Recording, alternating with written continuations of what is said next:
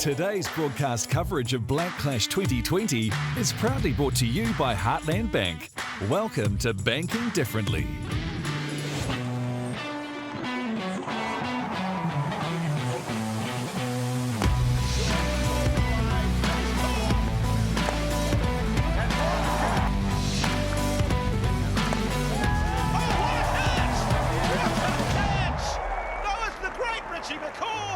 As Rugby looked to make it 2 from 2 last year, the cricketers batted first, they set the total, and then they had to sit back and watch Rugby reel them in and win. Stephen Fleming is the captain again of cricket this year. His pride was damaged badly, as was his toe, broken by Israel Dagg. Israel Dagg still reckons it was LBW plum. Stephen Fleming wasn't given out, but the rest is history. They are here seeking revenge today on Mclean Park, but the Rugby boys won't go down without a fight, I can guarantee. We're going to hear from the coach of the Rugby side in just a moment's time, but let's go back to Hagley Park last year and remind ourselves of just what went down.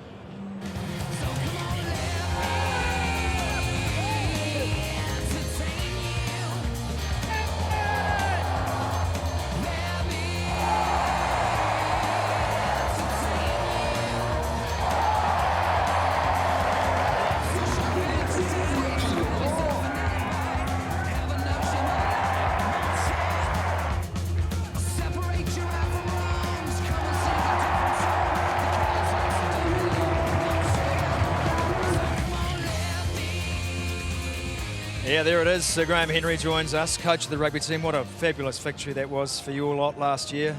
More of the same today? Well, we're hoping so, but all the pressure's on them, isn't it? I think Stephen and his team will be very concerned, really. I'm trying to be diplomatic, but being one up is a good feeling. I've just been in your changing room there. That was a heck of a team talk you gave. You're back to your best when it comes to team talks. Have you been saving this one up? I've had no practice, and I don't think the boys were listening anyway. So there we are. But no, it was very important for the spectators who came in, especially for the team talk. I think they got more out of it than the team did. Yeah, I was enraptured, I've got to be honest with you. Look, you're playing today for the Lomu Crow Trophy. Now, both of those men, no strangers to you. I want to talk about Martin Crowe first of all.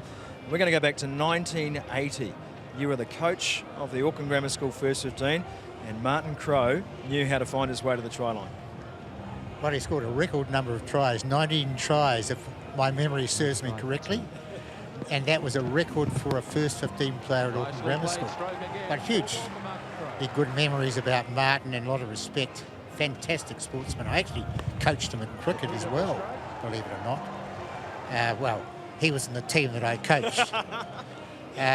He scored 200 against Christchurch Boys High School as a schoolboy, but he was almost a test player. Played for Auckland as a schoolboy. A fantastic cricketer, probably one of our greatest ever cricketers. Certainly one of our greatest ever cricketers. And the other bloke on that trophy, Jonah Lomu, and his impact on the game of rugby. I mean, I remember watching him in '95 and how he electrified that Rugby World Cup. Are there enduring memories for you of Jonah? Oh, he changed the game, didn't he?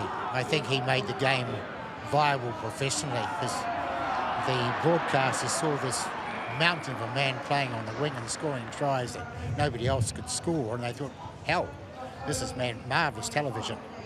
He could, as I say, score tries that other people couldn't score. I mean, playing for the Blues, it's all in the coaching, of course.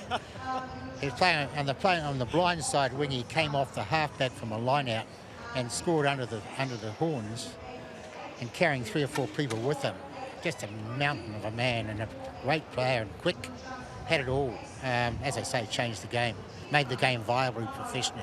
Well, I'm looking forward to you changing the game again today. You've got a couple of ring-ins. We'll get through the team cards in just a bit, but I know you've got to assume the position, get yourself focused and get ready for what should be a wonderful afternoon's cricket. Let's go out to the middle. Lee Hart is standing by with the toss.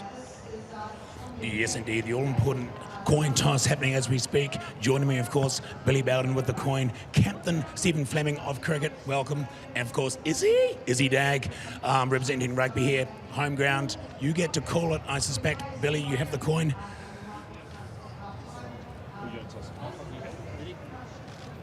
Heads is the call, and it is a heads. Okay, Stephen, you've won. What are you going to do?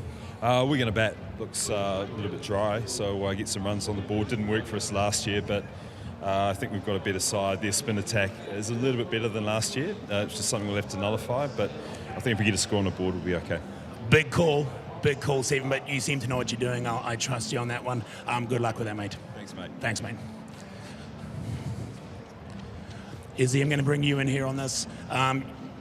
So they're batting first.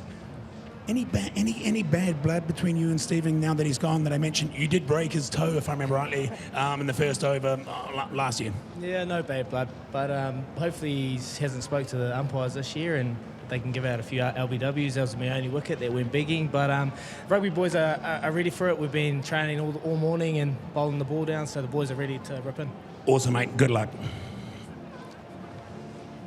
Thank you, Lee. Thank you to Israel Dag and to Stephen Fleming as well. So cricket have won the toss. They have decided to bat. It was the same last year. Will the result be different?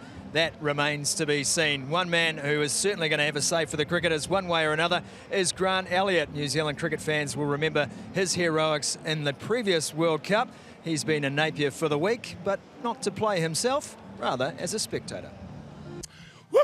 Yes, indeed, all about the kids. Let's talk about the pitch here. Tell her she's going left to right or right to left, depending on which way you look at it. It's hard, it's a road.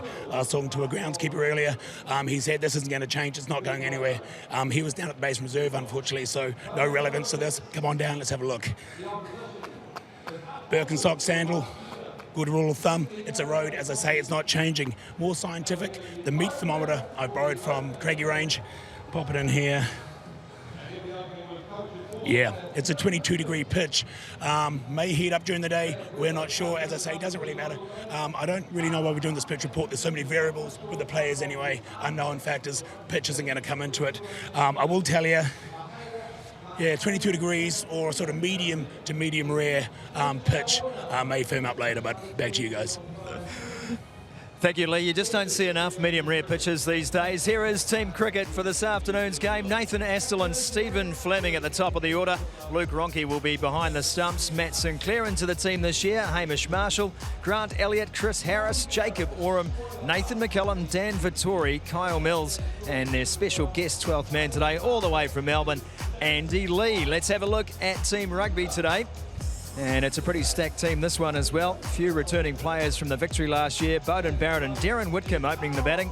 Brad Webber on his birthday today. Mahela Jaya Wardner, we told you they had some wild cards. That's not a bad one to pull out. Israel Dag, Geordie Barrett, Jason Spice, Carlos Spencer. Ofisa Tanu'u will keep wicket today. Aaron Smith, Richie McCaw, and Mutaya Muralitharan with his 800 test wickets, the 12th man for Team Rugby today. I spoke to a few of the cricketers early. They reckon they're all going to get padded up as soon as they see Murali with the ball. And I saw him bowling out there before. I don't think anyone can pick it. Ofisa Tanu'u might have a tough job behind the stumps today. Thanks, Scotty, and Happy New Year to you, my friend, and to all our viewers across this great nation of ours and indeed throughout the world. Hoping you had a fantastic Christmas and summer break with family and friends, and you're heading into the new year invigorated and ready to go. I can tell you we're in for a highly entertaining afternoon of last year's matches, anything to go by. Sensationally won by Team Rugby, of course, so the cricketers will be looking to exact little revenge this afternoon, I'm sure.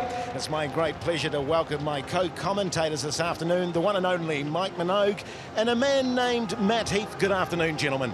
Good afternoon. Thank you so much, Jason Hoyt. Absolutely, revenge is the name of the game. The rugby players not only won, Team Rugby won well by 5 wickets. So R-E-V-E-N-G-E is the word. I think I've spelt that right. We'll get that checked We may need to check that later on, I think, Matty. We'll check that, lady. We've got a spell checker in the room. Thank you very much. Okay, ladies and gentlemen, on a personal note, what a fantastic intro, Jason Hoyt, heartfelt and heartwarming. And if that's the level of commentary we're going to get from you today, the nation is in for a treat. Mike Minogue. Thanks, Matt. Thanks, Jason. I think experience will tell us that it's bound to come off the rails at some point.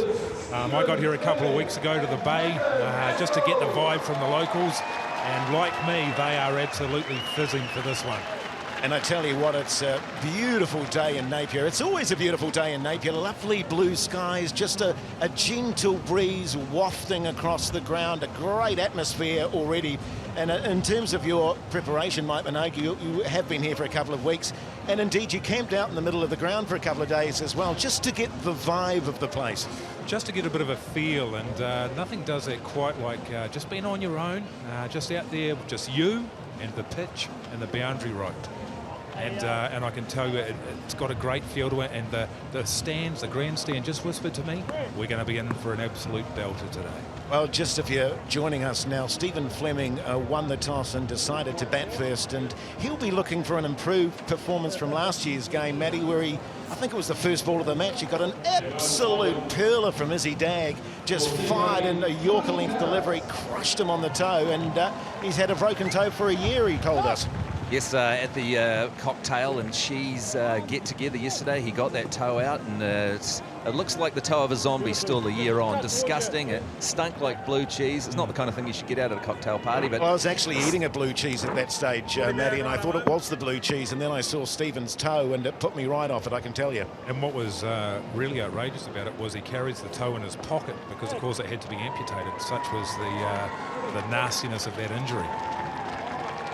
Looks like Geordie Barrett is going to be opening the bowling for Team Rugby. God, he's a big unit. I shook his hand. He's got big farmer's hands, and I, of course, have very delicate, artistic hands, and I think he crushed every small bone in my hand, Mike Minogue. Well, he does have the big farmer's hands, but he's also, and this will be a surprise to a lot of our listeners, also he's got a fantastic singing voice. Apparently so, you were saying. As do all the boys in the Barrett family, and perhaps we'll get to that a little bit later on. Well, he was the star of Hagley Oval, wasn't he, with bat and ball and in the field, although he's pretty expensive in terms of extras. 12 wides in his 4 overs, of course, 4 of them from wides that went to the boundary, but a real unit, bit of height, bit of pace. So here we go, New Zealand. Barrett coming in, bowling to Fleming. He leaves it alone outside the off stump, and good start from Geordie Barrett. You're right, he was it 14 wides in the last game, Matty? It was 12 wides. 12 actually, wides. Okay. Team Rugby, 24 extras. Ms. Extras on 24. That's too many in the total, but they'll be looking to tighten that up today. Comes again, Barrett. Oh, and that's a wide delivery and a slash from Stephen Fleming, the former captain, and he was about 2 days behind that one. Maybe the reflexes aren't quite what they were, but it's a little late on the shot there, Mike Minogue. And I tell you what, as you watch that replay, you can just see that perhaps this pitch isn't the road that we all thought it was, because it certainly deviated massively off something there. Perhaps it was the hole that was generated from Lee Hart. Well, and that's a lovely delivery, just shaping into Fleming. He drives elegantly out to cover, and there's no run. It's an interesting thing, because it is a bit of fun, this game, but these guys are all professional competitors. You know, once they're out in the field, they'll be playing to win, make no mistake about that.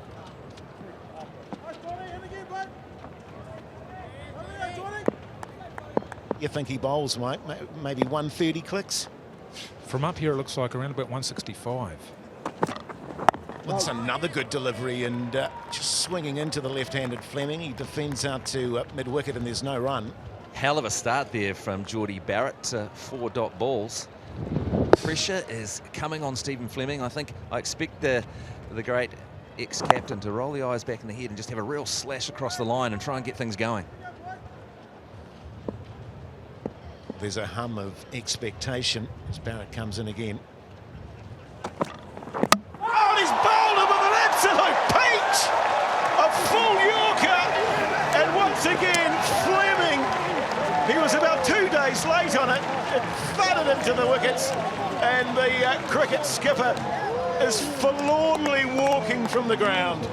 Well, Stephen Fleming has been talking about revenge for a whole year. He will not be adding to that in terms of runs. Absolute humiliator there.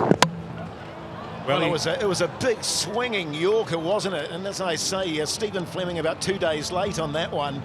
And what a great start from Team Rugby, and already Team Cricket in disarray. Well, I mean, I was just about to get to the statistic there that Stephen Fleming in his career has only played 5 20-20s. And if his form continues like that, I think that'll be it. Well, Flem, you've done your best here for rugby again. That was quite a good delivery. You've sat here and watched that replay, and you've watched it stoically. What was the secret to that delivery? It's the first time I've seen it, basically. It was pretty good. He got a couple to go through, but it's a good Yorker, so not much I can say. Look, you've prepped hard for this. Now what do? Do you go back to have a long, hard think about things and just do your best for the rest of the players? Yeah, we've got a good batting lineup, so it might be a blessing in disguise, but we'll be okay. Great to see you, Flem. Luke Ronke's on his way out to the middle. Luke, you've seen the skipper skittled out there. You've been warming up. I see you've stretched well. Is that going to be a secret here, stretching well? I've got to look after my body, don't I? So I'm one of the younger blokes, so I've got to move around a little bit better than some of our older cricket guys. Okay, Geordie Barrett's waiting for you, mate. Good luck out there. Thanks.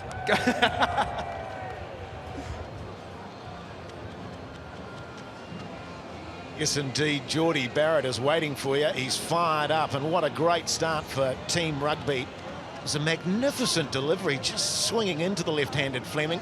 A Yorker length, and it beat him all ends up. He had no idea. I think he may have been favouring that broken toe. Looking at it again, just getting his feet out of the way there, Mike Minogue. Well, yeah, I mean, he didn't really look like he was in it at all, did he?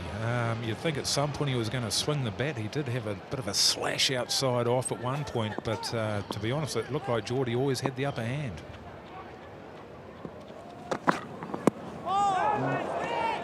Off the pad there of Ronke, and it just dribbles out to a short fine leg, and there's no run. But what a great first over from Team Rugby, and no runs on the board for Team Cricket at the moment. They're already feeling the pressure, Matt Heath. Absolutely, and I don't know if you delivered the stat before, Mike Minogue. I wasn't listening, but Stephen Fleming, most test ducks for New Zealand at 16. The only man with more ducks is Daniel Vettori, who will be batting later on. Something to look forward to there. Absolutely, and we've got Lee Hart. He's kind of our roving ambassador down at the ground, and he's just going to be talking to the crowd and the players, and we're going to cross to him now, I believe. Lee, how's it going? Yeah, thanks, Jace. Great to be here, mate. Not an ideal start, really, for Stephen Fleming and cricket.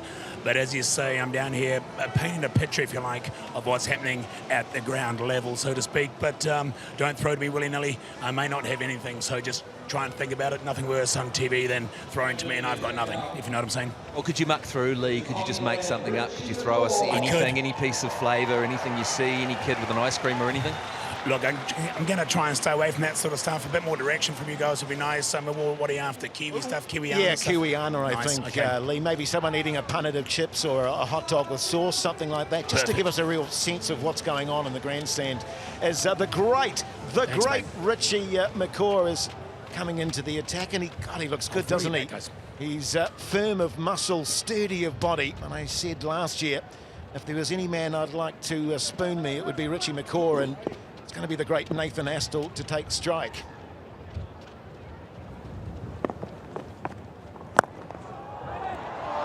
Once again, another lovely bit of fielding there at cover.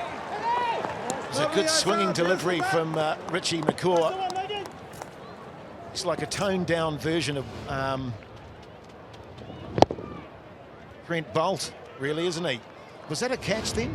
I think that was a drop catch there, Jason Hoyt.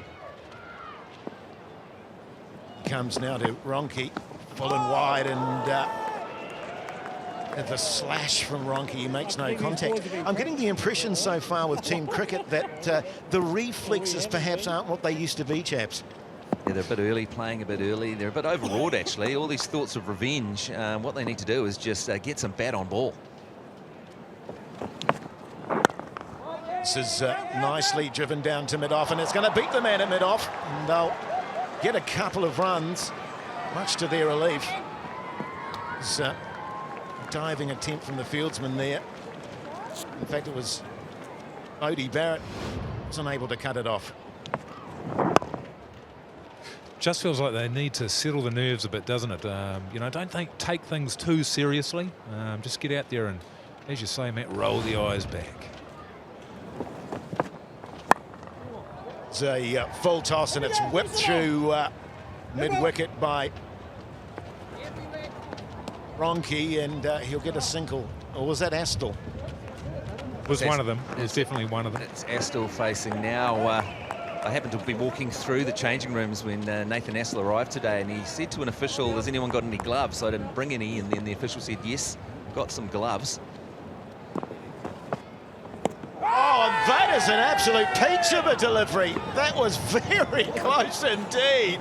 Swinging into the middle stump, and I think Astle there, lucky to get away with that one. That was a peach of a delivery. And then Nathan Astle said, well, let's have a look at this replay here. Oh, dearie me, that is very, very close. And middle I think and off, would knows you it. say, Jason? Yeah, middle and off, definitely. McCaw can't believe it.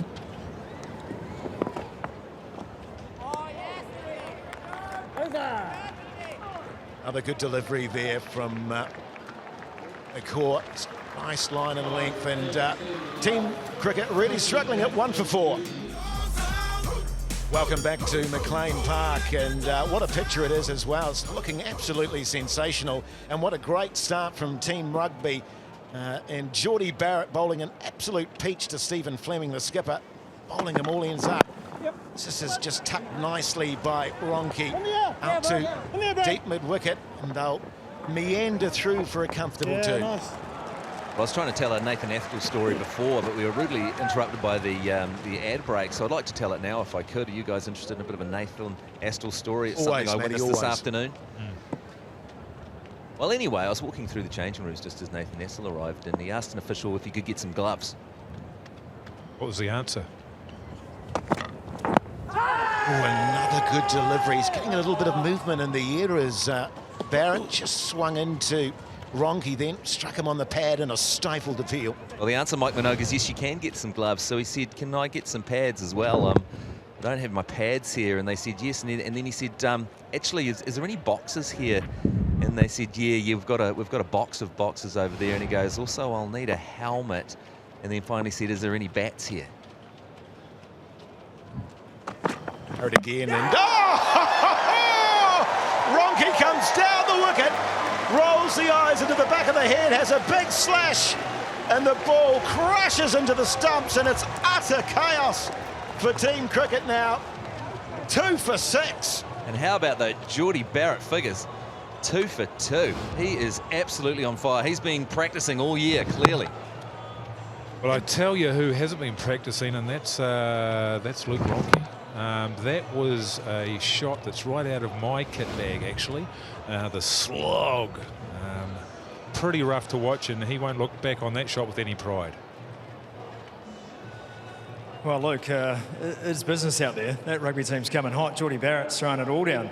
They're fizzing up, so unfortunately so far it hasn't quite worked out for us. But just how tough is it out there? Because I know you turn up to a game like this, we know it's all a bit of fun, but you guys are serious athletes and you want to go out there. But were you expecting that from Geordie Barrett, that attack early? That attack, that's the way they've been sort of doing their thing to get involved, stuff like that. So it's been a bit of fun, but we've got to pull our butts out, I think, and see how we go. Well, I think Skippy's on his way out, mate, so we're going to have a word to him. Thanks, Luke. Matt Sinclair, no stranger to this part of the world, mate. Are you ready to roll? I think I might stay here just quietly. You've been sitting there, you've been warming up for about 3 days, so are you ready now? Yeah, I think I am, mate, so we'll get amongst it. We've got to get some runs on the board, so... All right, mate, good luck out there. Go on, Skip. Yes, indeed. Sinclair comes to the wicket. I'm just beginning to wonder, actually, chaps, that maybe there's some nice cheeses and snacks back at Team Cricket's dressing room or something like that. Maybe some nice wines or things. So they're actually not too concerned about getting out at all. Well, it's an absolute horror start from Team Cricket. All the talk of revenge, R-E-V-E-N-G-E, or however you spell the word, and this is far from revenge right now. This is a humiliator. It's more like an embarrassment, isn't it?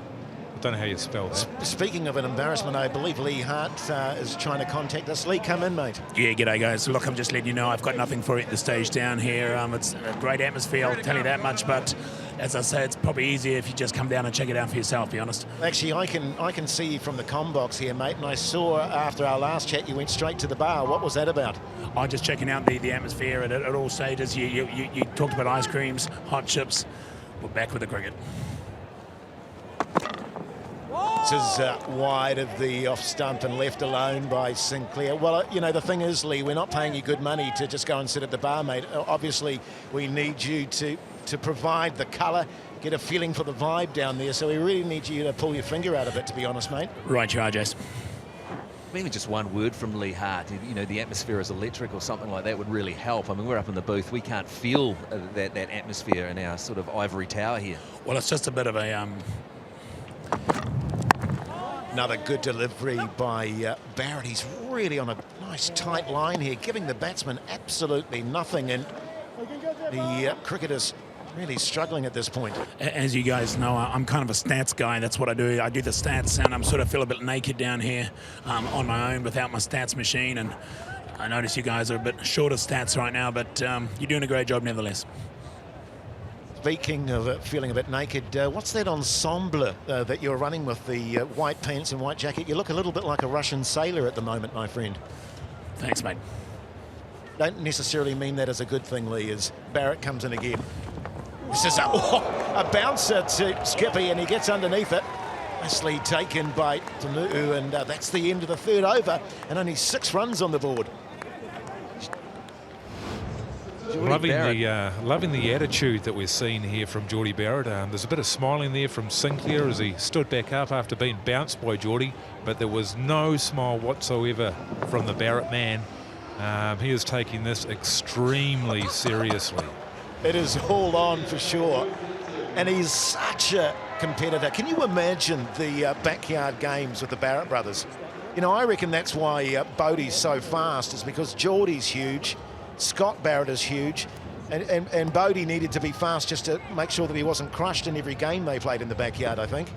As the great Richie McCaw resumes the attack, this swinging left armers, and that's another nice tight delivery to Astle, who drives to cover, and there's no run. Rugby guys really making it look easy at the moment, aren't they? It's you look at the McCaw and Barrett at the other end, they both look like they've been playing cricket their whole lives, and meanwhile, the cricket guys look like it's possibly the first time they've ever laid eyes on the game.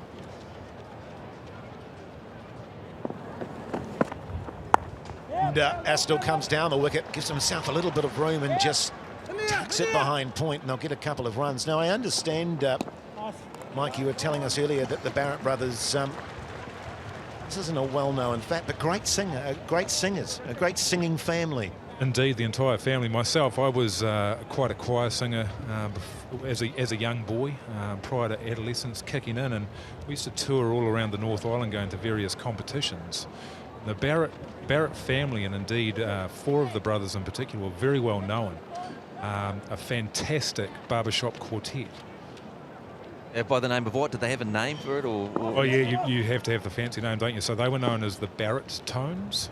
I know, you see, that's clever. It's very catchy. The call comes in again, bowling to Astle, and this is a full delivery. Smash to cover, and there's no run. What kind of stuff were they singing? Was it temporary, sort of contemporary stuff revisited in the sort of barbershop quartet fashion, or was it the old classics? The one that really stands out for me is In the Jungle. In the Jungle, the Mighty Jungle. Classic for sure. Core again. Oh, and he comes down the wicket as Astle, looks to pull him away, but in the end floods into his left nipple, and he makes no contact. And boy, oh boy, these rugby players are fired up this afternoon. Perhaps surprisingly, it was Scott Barrett that had the really high-pitched voice, and he would do that high section of that particular song. Beautiful. Once again, a little bit of in-swing from the core, and Astle chops down on it, manages to keep it out. Well, just one more time on that, Mike Minogue, you're saying that Scott Barrett, dog roll, was coming with the...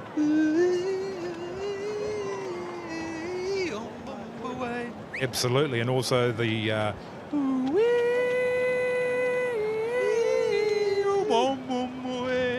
and from that height, it really would resonate around the school halls and the town halls where he was performing. Scotty Barrett. Last ball of the over, and this is punched by Astle to cover, and once again there's no run, and that's 4 overs gone, and the cricketers really struggling at 8 for 2.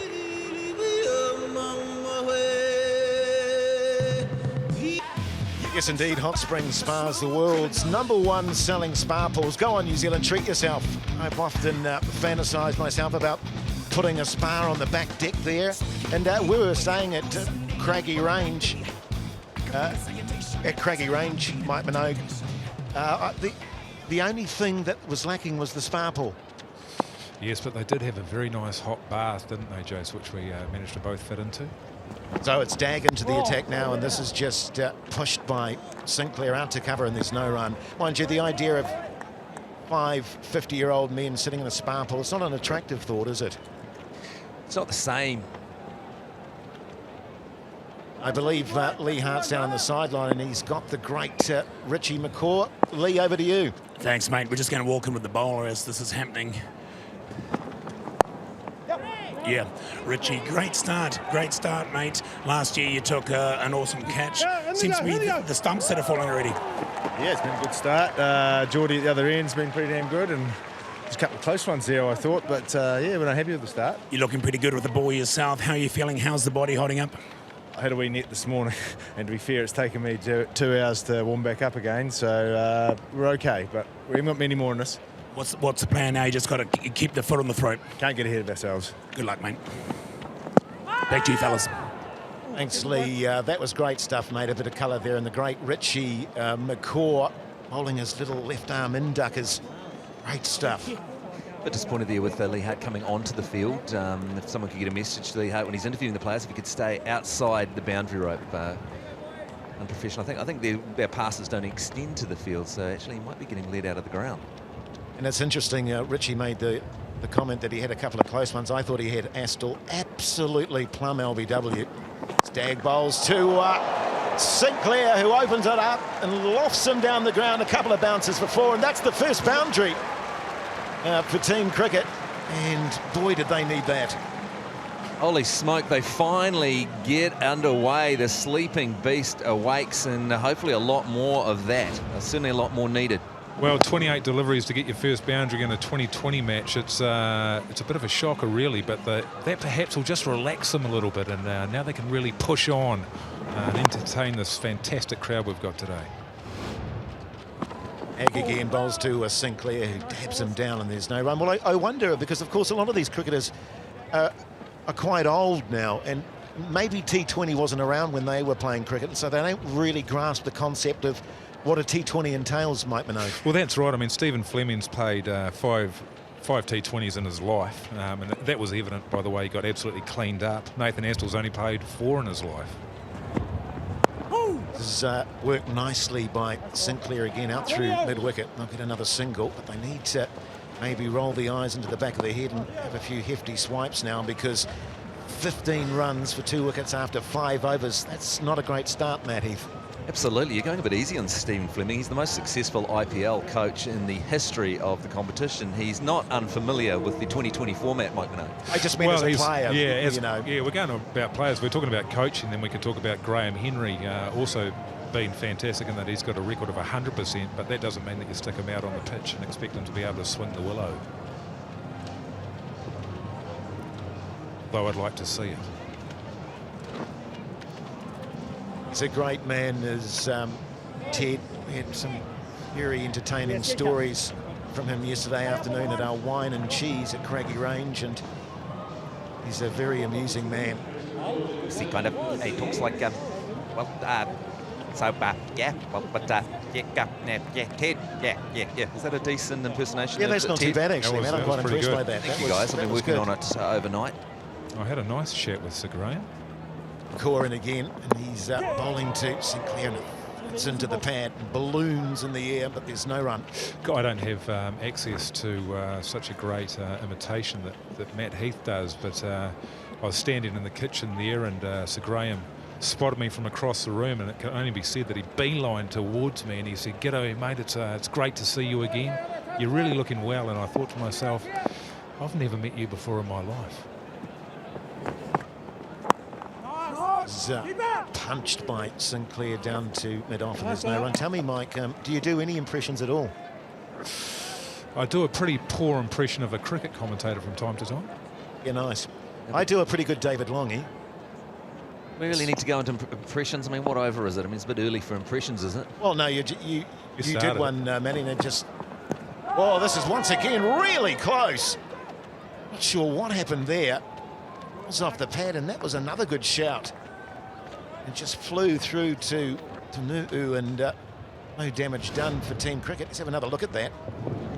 Oh, yes, indeed. I think what he might have done is actually the bat hitting the pad there. Is there a no LBWs rule? It's beginning to look that way, isn't it? This is crunched by Sinclair out to cover, and once again there's no run. He's back in his crease. He's annoyed with himself. Well, okay, yeah, I have started the impersonations, and I apologise for that. But Jason Hoyt, I mean, David Longy, I mean, it's great having an impersonation, but it's hardly, you wouldn't say that's topical. Well, no, it's not topical. I mean, that's the only impersonation I can do, Matt. That's the point I was trying to make. It's dated. It's very dated, I know. McCaw again to Sinclair. He comes down the wicket and just tucks him elegantly out through mid-wicket for another single. Well, you can get hold of the commentary team and tell us whether you want to hear Jason Hoyt's David Longy, the ex-Prime Minister from the 80s, his impersonation of the big man. 022 Curly 6 is the number. 02212875 is the catchy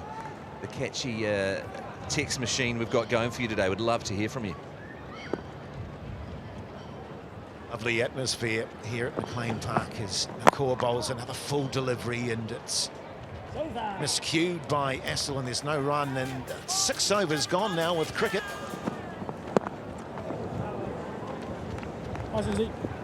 Yeah. Another ungainly swish there from Sinclair, making no contact whatsoever. Seems like Skippy Sinclair's vision might be a little bit blurry because he's got 8 runs off 15 deliveries. It's hardly a scintillating strike rate, is it? Well, even Astle, 3 off 10, that's very unlike, and we know that dasher that he was. This is a full delivery, and yeah, g'day fellas, Lee here again, just coming in from the ground. Are you getting me? Yeah, we're certainly getting you. Have you got something for us, mate? No, I'm just letting you know I did find a guy, well, a couple of people actually that did have ice creams, and they're willing to be on camera or even have a chat later on in the program. Just giving you a heads up on that. Well, it'd be good, mate. Probably second inning stuff, be honest. It would be good if you're with these people, if you could actually talk to them, maybe bring a bit of colour to the program. That would be great. I mean, there's no point us crossing to you if you're just going to say that you actually saw someone eating an ice cream. That doesn't help us at all. I didn't say I saw. Oh my God! And here's another one for Dag. It was a full delivery to the great Nathan Astle, and he had an almighty swish at it, and it thuds into the base of the off stump. And Team Cricket 17 for 3. This is unbelievable. Team Cricket, if I didn't know better, I'd think they'd had a late night, but I know they're all in bed by 7 p.m, having massages and sleeping long and hard. That was just a big wog by Nathan Astle. He's absolutely, that's an in-swinging Yorker that any professional cricketer would be proud of. You saw him roll the finger over there, and I mean, this team is certainly getting a bit of movement in the air, Mike Minogue. There's a bit of swing out there, which is surprising. It's a very sunny day, and I believe we're going down to Scotty to speak to the man himself. Well, Hamish Marshall, this is it's real danger signs out here for Team Cricket. You've been sitting back, you've been soaking it all up there. There's some nervous faces on the cricket bench, but the batting order goes deep. Yeah, it does go deep. Dan Vittori used to open the batting for ND, so batting at 10, he may have to do some work later on. What have you got to say out here? I mean, these guys have come in seriously. Geordie Barrett strutting around. He's already taken a couple of wickets. 3 down at this stage in the game. Any concerns from you? You've dug yourself out of bigger holes than this, surely. Yeah, I've never been so nervous playing over cricket, so there's a lot of concerns, to be honest. Mate, good luck out there. So Marshall comes out to the crease. What a great head of hair he has, and lovely man, Hamish, and great having a chat with him yesterday afternoon, Mike Minogue. Yeah, well, I was having a chat with him. We were discussing the Boxing Day test, which we'd both attended, and he was sort of talking about the various specificities of cricket and the ins and outs and sort of breaking it all down. But to be honest, I wasn't taking any of it in because he's got these beautiful blue eyes. Pools and pools of blue. You fall into them, don't you? I did. Actually, I did lose my balance in the kitchen there just briefly, and he caught me, which is just typical of him. So Izzy Dag to carry on the attack to Marshall. Oh, that is plumb, surely, but not out, says the umpire. My, oh my, Izzy Dag, he was robbed in the first game, and I believe he was robbed there. That was right in front. Let's have a look at it. Oh, maybe height might have saved him. Maybe. But boy, oh boy, Izzy can't believe it. That's the back pad. I don't know if Hyde would have saved it. And I'm not sure what's going on there in terms of LBWs, because there's been 3 legitimate shouts not given. Very much so. And of course, the Marshall twins, people often had a great deal of difficulty telling them apart, Mike Minogue, didn't they? And there's a trick to it, actually, because a lot of people don't know, is that Hamish Marshall actually has webbed feet.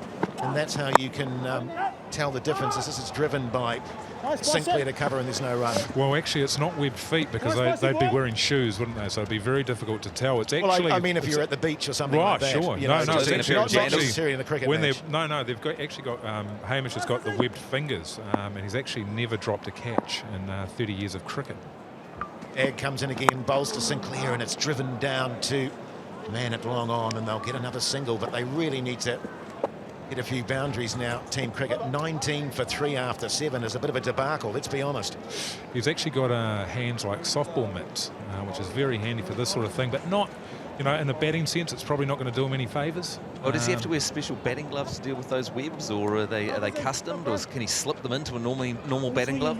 He actually wears an oven. If you see, when you get back, just there, you can just sort of see that those are more of your oven mitt, which have been specially made by, is it Kookaburra doing those? I'm not too sure. He probably actually doesn't have them anymore because he's not playing. Well, actually, what it is, because they don't have the separate fingers, do they? It's just one big glove, basically. Big oven mitt, that's right. And I believe we've got Sumo with Andy Lee to have a bit of a chit-chat. Over to you, Sumo. Oh, thanks, Jace. Andy, welcome to New Zealand, first and foremost. How'd you get roped into this? Love to be here. I'm batting 12 at the moment. It looks like we're going to need to bat down to about 20 at the rate it's going. No, but Flem said, don't worry about batting, Andy. We've got it covered. And I'm not sure if this is a tactical play from him, but we're not in the best side, are we? Well, look, I'll tell you what, you're listed as the Chief Hydration Specialist for the Melbourne Stars. Yes. So has hydration maybe had something to do with today? Yeah, I probably didn't hydrate the guys well enough last night as we had team meetings. More waters, maybe less beers. Hopefully, if we can just hang in there for a couple more overs for their blurred vision to kind of centralise, we'll be right later half of this game. You're no stranger to a lot of Kiwis. Have seen your work on television, heard your work on radio as well, and hopefully you're going to join the Alternative Commentary Collective today at some stage as well, and show us your dulcet tones and cricket commentary. Oh, it'd be an absolute honour. As long as I get a captain's cap as well, I'd love to go up there. We'll steady your ship later on. Andy Lee, back to you, Jace. Yeah, thanks, Scotty. What a great man Andy is too, as the great Bowden Barrett comes in and bowls to Sinclair, who pulls him, and is in two minds about the shot, but he gets a couple of runs out through mid-wicket. And speaking of batting at number 11, as Andy is, Matt Heath, you're very familiar with that position. You were always number 11 in your team, weren't you? So often you didn't bat at all. Yes, it was better when I didn't bat. I never been a great batsman or bowler, or ever really been in a cricket team, if we're going to be completely honest. The only cricket teams I've really been in, ones that I've sort of engineered my way in, pay-to-play kind of situations, Jason Hall. This is driven fluently by Sinclair, straight to cover, and there's no run. And my apologies for getting Hamish's feet and hands mixed up there. Of course, it was the great Gordon Greenwich that had the webbed feet. That's right. That's how I Easy made that mistake to make. Barrett comes in again, bowling to Sinclair, who drives him down the ground. They're doing it in singles at the moment. In fact, they're going to look for a second, but then they couldn't be bothered. Truly unfortunate about Hamish Marshall having those webbed hands. He could have been an incredible Olympic swimmer, but he never learned. He can't swim at all, which is a real shame, because it would have been a great skill to have at the Commonwealth Games. I'll tell you what, seeing Andy Lee there has brought back some demons from yesterday, because when he arrived at the cocktail and cheese evening, I said to him, I'm loving your show, Lego Masters. Another elegant shot from Marshall, just punching it down to a long on. They're thinking about the second, but once again, they can't be bothered. And of course, that's Hamish that's on the Lego Masters show, not Andy, his broadcasting partner from Hamish and Andy. So what I'd done there is I'd given a false compliment, because clearly I hadn't seen the show, because I'd recognised that he wasn't the host, and I'd also complimented his mate instead of him. So massive humiliator there for me. This is a wide one from Barrett, and called wide by Bowden. He'll have to redo it, and a much-needed run for Team Cricket. It could be one of those scenarios where Team Cricket, their biggest run scorer is going to be extras. I remember once our team getting bowled out for 18 in one game, 14 of which were byes. Well, I tell you what, last year... This is defended by St Clair. 26 for 3, Team Cricket after 8. Yeah, ran up it this morning. I tell you what, it's steep, and when you say run up, it turned into a sort of a nature walk about halfway through. But Scotty J. Stevenson, who I was running with, just powered up there. He had the camel pack on. He was drinking the waters. And it's Spice into the attack, and this is defended by Marshall, and there's no run. He's phenomenal sumo, isn't he? Scotty Stevenson, he runs vast distances, and he's quite a professional too. He's got the sort of camel water pack on his back so he doesn't dehydrate when he's running. He went for a run for 2.5 hours yesterday. It was quite phenomenal. This is an attempted sweep from Marshall. He makes no contact and there's no run. Well, absolutely. And a lot of people ask, how did sumo get so skinny? How did Scotty J. Stevenson get skinny? There's lots of rumours out there of a stomach staple or some kind of disease, but no, it's just running. Oh! What a delivery. He just lobbed it up there, did Spice, and Marshall went down on one knee and tried to hoik him into the stands, went underneath the bat and crashed into the stumps. And now Team Cricket 26 for 4 in the 9th over. Well, all the webbed fingers in the world won't help you when you're playing shots like that. I mean, that is, as we watch the replay, he's played all around it, and just like the 3 wickets before him, Hamish Marshall has embarrassed himself. Well, it was slightly humiliating, wasn't it, for Hamish Marshall? And I believe Scotty's trying to tee up an interview, but the Team Cricket are a little bit hesitant because they're being humiliated at the moment. They don't really want to talk about it, but he's got the hairy javelin with him. Back to you, Scotty. We'll go. Grant Elliott's, look, you're out there probably a little bit earlier than you expected to be, but you're a man who's got plenty of focus. Can I suggest you're a man for this kind of situation? I don't know about that. Hey, you've been down here all week, mate. You've enjoyed the hospitality here in the Hawke's Bay and watching the youngsters play as well. Did you pick up some tips from them? Yeah, no, it was a wonderful tournament, Riverbend. They've been going nicely, but we've got the local boy out here now, Skippy, so I'm probably just going to give him the strike, see how he goes. I think you're looking forward to watching a couple from the non-strikers then. Go well out there, Jeff. Well, he's a great man as the hairy javelin. We played him recently in a charity match, didn't we, Matty Heath? And Lee Hart actually got him out twice in one over. He couldn't go out first ball, he got out first ball, and then Lee Hart dismissed him again in the same over. Well, unbelievable. Absolutely. If you want to know how to get out Grant Elliott, the hairy jav, you need to talk to Lee Hart. It'd be fantastic if we could get hold of Lee Hart. He's out there in the field somewhere, and you can just talk through that legendary over at Clifton Oval. Well, I'm here now, fellas. If you do want to throw to me, that's fine. I don't mind talking about it. Okay, well, let's throw to you. How do you get out Grant Elliott from a man who has done it? Well, it's an over. You got to set him up. You got to set him up, and there was a few beamers involved. Probably 3 beamers, I think, in the over, and that upset him. Just nicely swept by Elliott down to fine leg. I think too, Matty, you'll recall we interviewed him earlier in that day of that match, and I applied a bit of mental disintegration on him. I really went him, and I think I got under his skin when he got out onto the field, and he fell to pieces, really, didn't he? Well, you threatened him both physically and mentally. You said if you were bowling to him, you were going to pitch it in short, you were going to pin him, you were going to hit him right in the snot box. And he hadn't heard sledging like that since the last time he toured Australia. He's facing Spice now with Team Cricket in all sorts of trouble. Oh, and that's a nice delivery and an immaculate forward defence from the hairy jav, and there's no run. Well, in that game, I also remember saying that if... also said that if you faced him, Spicy boy, you'd smash him out of the park. But what actually happened there, Jason Hoyt, when you were batting in that game? Because I remember you spinning around, missing one, and ending up on your ass and getting stumped. Yeah, I was like a turtle on its back, actually. It was a humiliating dismissal. I overreached and fell on my back, and I had so much padding on, I couldn't actually move. And so it was an incredibly humiliating way to go out. And I believe Lee Hart's got Geordie Barrett down at the sideline there, so let's cross to Lee. Yeah, thanks, mate. I'm here with Geordie. Geordie, what a fantastic start from the team and yourself. How are you feeling out there? Yeah, it's a dream start. Hopefully we can keep taking them. And yeah, they bat deep, so we've got to get Skippy and Grant out, and then we can really have a good look at them. What have you been doing over the summer? I know you've been watching a bit of cricket, but also you must have been doing a lot of training, a little bit of rolling that arm over a little bit, no doubt. I've done a little bit. Most of it's just been injury prevention, so I don't hurt myself. But I've been doing a little bit. And how about with the bat? You guys, you're looking pretty tight out there, the fielding, everything. I mean, how long have you guys been together? A day? 24 hours. We had a good session this morning and last night, so we're good. Okay, mate, could be a bit of a fielding change. Let you go. Thank you. Thanks, fellas.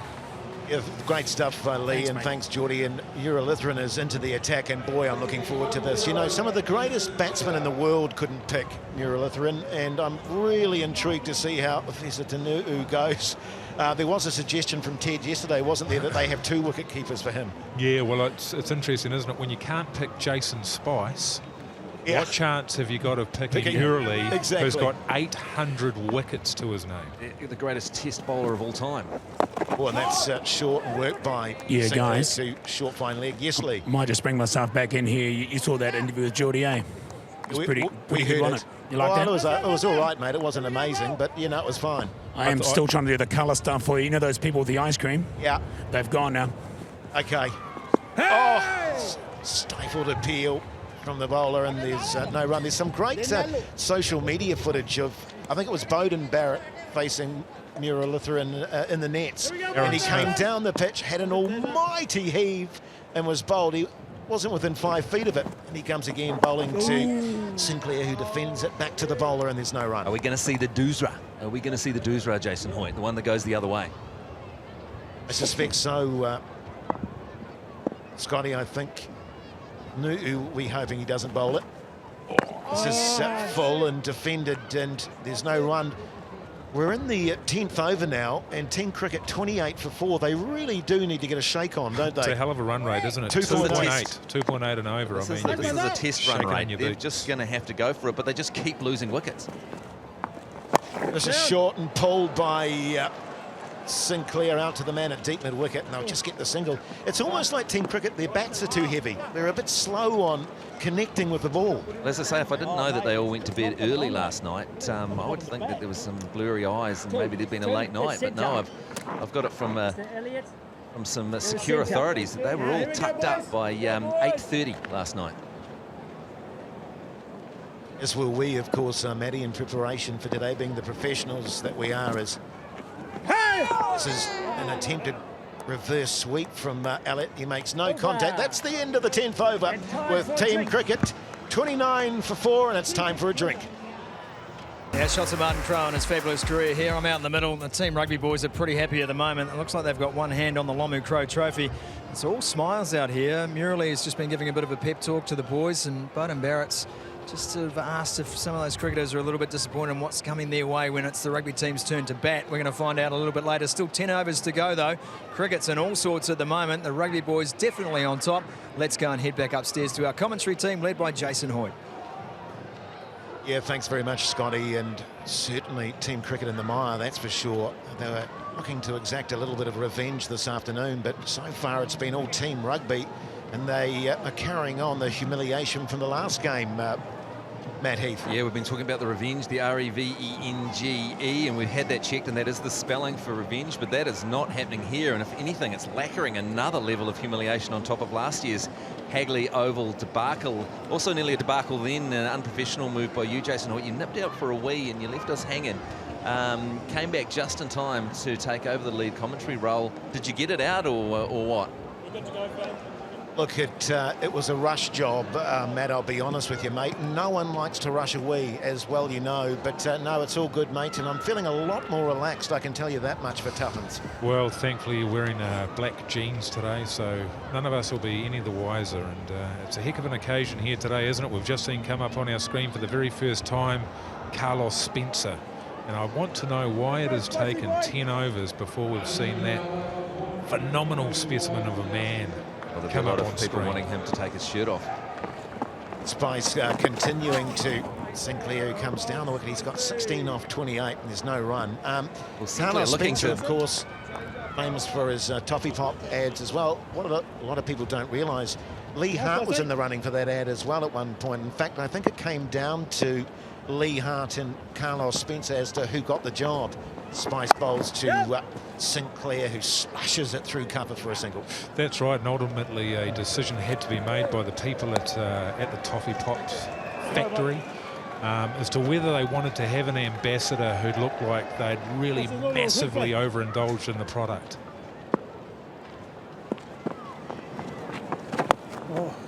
This is nicely whipped away by Elliott out to a wideish long on area, and you'll get another single. Well, I'll tell you what. Well, he's your everyman, Lee Hart, though, isn't he?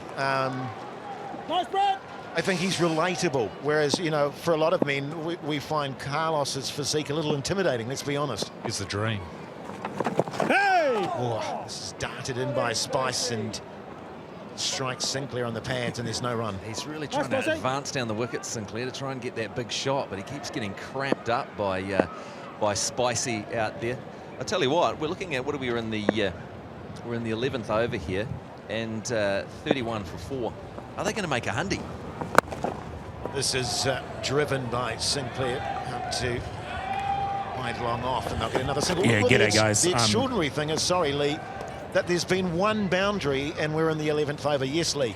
Yeah, horrific start, of course, for cricket, but it's early days, as we know, with 2020. I'm just amazed at the skill level of these rugby players. Down. Nice break. Nice break. I tell you what, Lee, I'm actually liking the look of Spice. Actually, he's really floating it up there.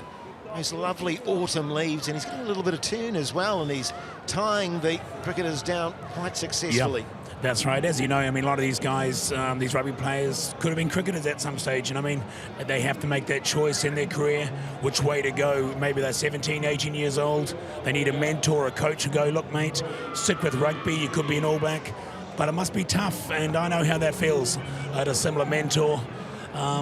You have to choose between two sports, and he pretty much told me to flag both of them and give up both sports, cricket and rugby.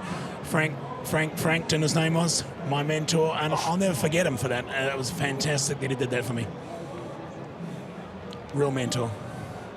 Well, speaking of a real mentor, I believe Sumo is with the great Izzy Dag. Sumo. Thanks, Jace. Well, Muraley's bowling up a storm out there. Dagger, you've had to come off to make room for Muraley out there. How's it feel to be subbed off for the greatest Test wicket taker of all time? Oh, mate, I'm happy to do that. I'm all about the team. I've always been about that, like that, Sumo. You know that, mate. But it's such a great occasion, and I better take the hat off, you know. You should take your hat off because you've got great hair. Also, you've got your neighbour out, Nathan Astle. That's not going to be great for backyard barbecues. Yeah, we were chatting away earlier, and he said, if you get me out, it's a shout. So I got him out, and he's my neighbour down in Christchurch, so I can't wait to give it to him after the game. It's great. Ted's just sitting back there. He's looking very relaxed. There's a rotation policy. That's worked for Ted in the past, hasn't it? Yeah, he's all about rotation. It's keeping the boys fresh. You saw how it worked in France in 2007, and you know, we'll just leave it there, I think. I think you better. He didn't hear you. Thank goodness for that. Thanks, Sis. Go well today. Yeah, thanks, Izzy. Great stuff. And I think he was done again today with another LBW decision. I think it was against Astle, and it was absolutely plumb and not given by the umpire. So he can rightly feel hard done by Izzy Dag. Apparently when he was like 15 or 16, Izzy Dag, he could bowl at 140 clicks, so the rumour goes. Nice. This is punched by Sinclair down to long on for another single. Of course, that was a rumour that he himself started. I got to the bottom of that one, and it turns out it was an absolute lie. Well, you know, I could make that as well. If there's no speed radar out there, I could say that I used to bowl 140 kilometres an hour. Who's going to prove it wrong? I used to bowl at 150 kilometres an hour.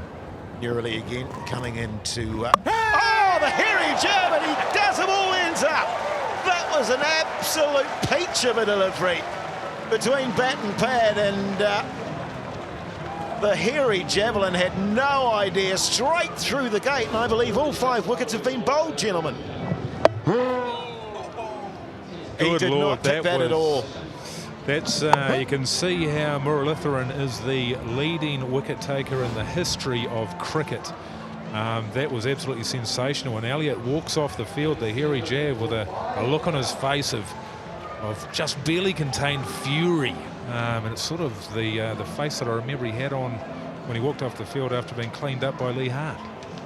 Come on, Team Cricket, what are you doing? 37 for 5. Let's make a competition of this, guys. Who have we got in next, boys? Because we need some resistance right now. Well, we're just about to the end of the 12th over, and we're on track at this rate for a score of a whopping 56-57 we could be looking at. Yeah. We've got Chris Harris. Well, look, I'm getting to the point where I'm going to put some pads on if they don't get their act together. Just on Utah, he has a massive man crush on Richie McCaw. He's a huge rugby fan. He played rugby at school, 800 test wickets, as you said, Mike Minogue. And I can totally relate to having a man crush on Richie McCaw. Yeah, guys, might just bring myself in here again if I could. Sorry, Jace. Chris Harris is the new batter, and a lot of talk about him last year, of course, as one of the older players in the team. 65 years old, I believe, at this stage. 65. Phenomenal. But born in 1965. No, 65. Born in 1956, I think. You do the math. 1956. We'll make him 65. Yeah. Because I believe, apologies to make in that regard. Last year, I think we said he was 73, but he is in fact 65. Well, I'm just looking at Wikipedia here, and Wikipedia is saying he's 80, but that can't be right because people can just go there and change that. Sometimes I get it wrong, but he's definitely 65 years old. What, he is mid-50s or that? No, he's born in the mid-50s, 65 now. Oh, he's 65 now. He's 65 today. It's his birthday today. And that was evidenced in his stats last year. We're off his overs. I think he went for 63 runs. It was almost a run for every year of his life. Well, they've got a 65-year-old man as one of their last lines of resistance. Yeah, but if anyone could do it, fella, to be Chris Harris. Legend. Yes, indeed, and he was famous, of course, getting New Zealand out of the mire was Harris as he defends this ball, and that's 12 gone with Team Cricket all over the place at 37 for 5. Now, very great pleasure and privilege to welcome into the commentary box the one and only Andy Lee. And Andy, what is going on with Team Cricket? This is a debacle, my friend. As we watch the second boundary of the innings there come from Sinclair's bat. Just trying to make it up for it here, but at 41 for 5, there's still a long way to go. Andy, what are your thoughts? Well, I was obviously speechless just then. It wasn't to do with my microphone being turned off, but look, I'd be fair to say there's no panic from our team. There should be, Andy. There should be a lot of panic from your team, and this is slashed away again by Sinclair. And it goes out to the boundary, but Geordie Barrett cuts it off and he'll get a couple. I mean, surely there must be a level of embarrassment amongst your team at the moment. Yeah, well, I asked Flem what par was at the start of the game, and he said 180. Yeah, well, it's a belter of it. It's an absolute road of a pitch. Well, Andy, you can kiss 180 goodbye right now, mate. You can kiss that goodbye. You'll be aiming for 80. Smith again to Sinclair, and he gets a little inside edge onto the pad, and there's no run. Andy, are they looking perhaps to promote you in the order, and you can just go out there, roll the eyes into the back of the head and have an almighty hoik at it? Seems like the right thing to do, doesn't it? The non-cricketers are seemingly doing better.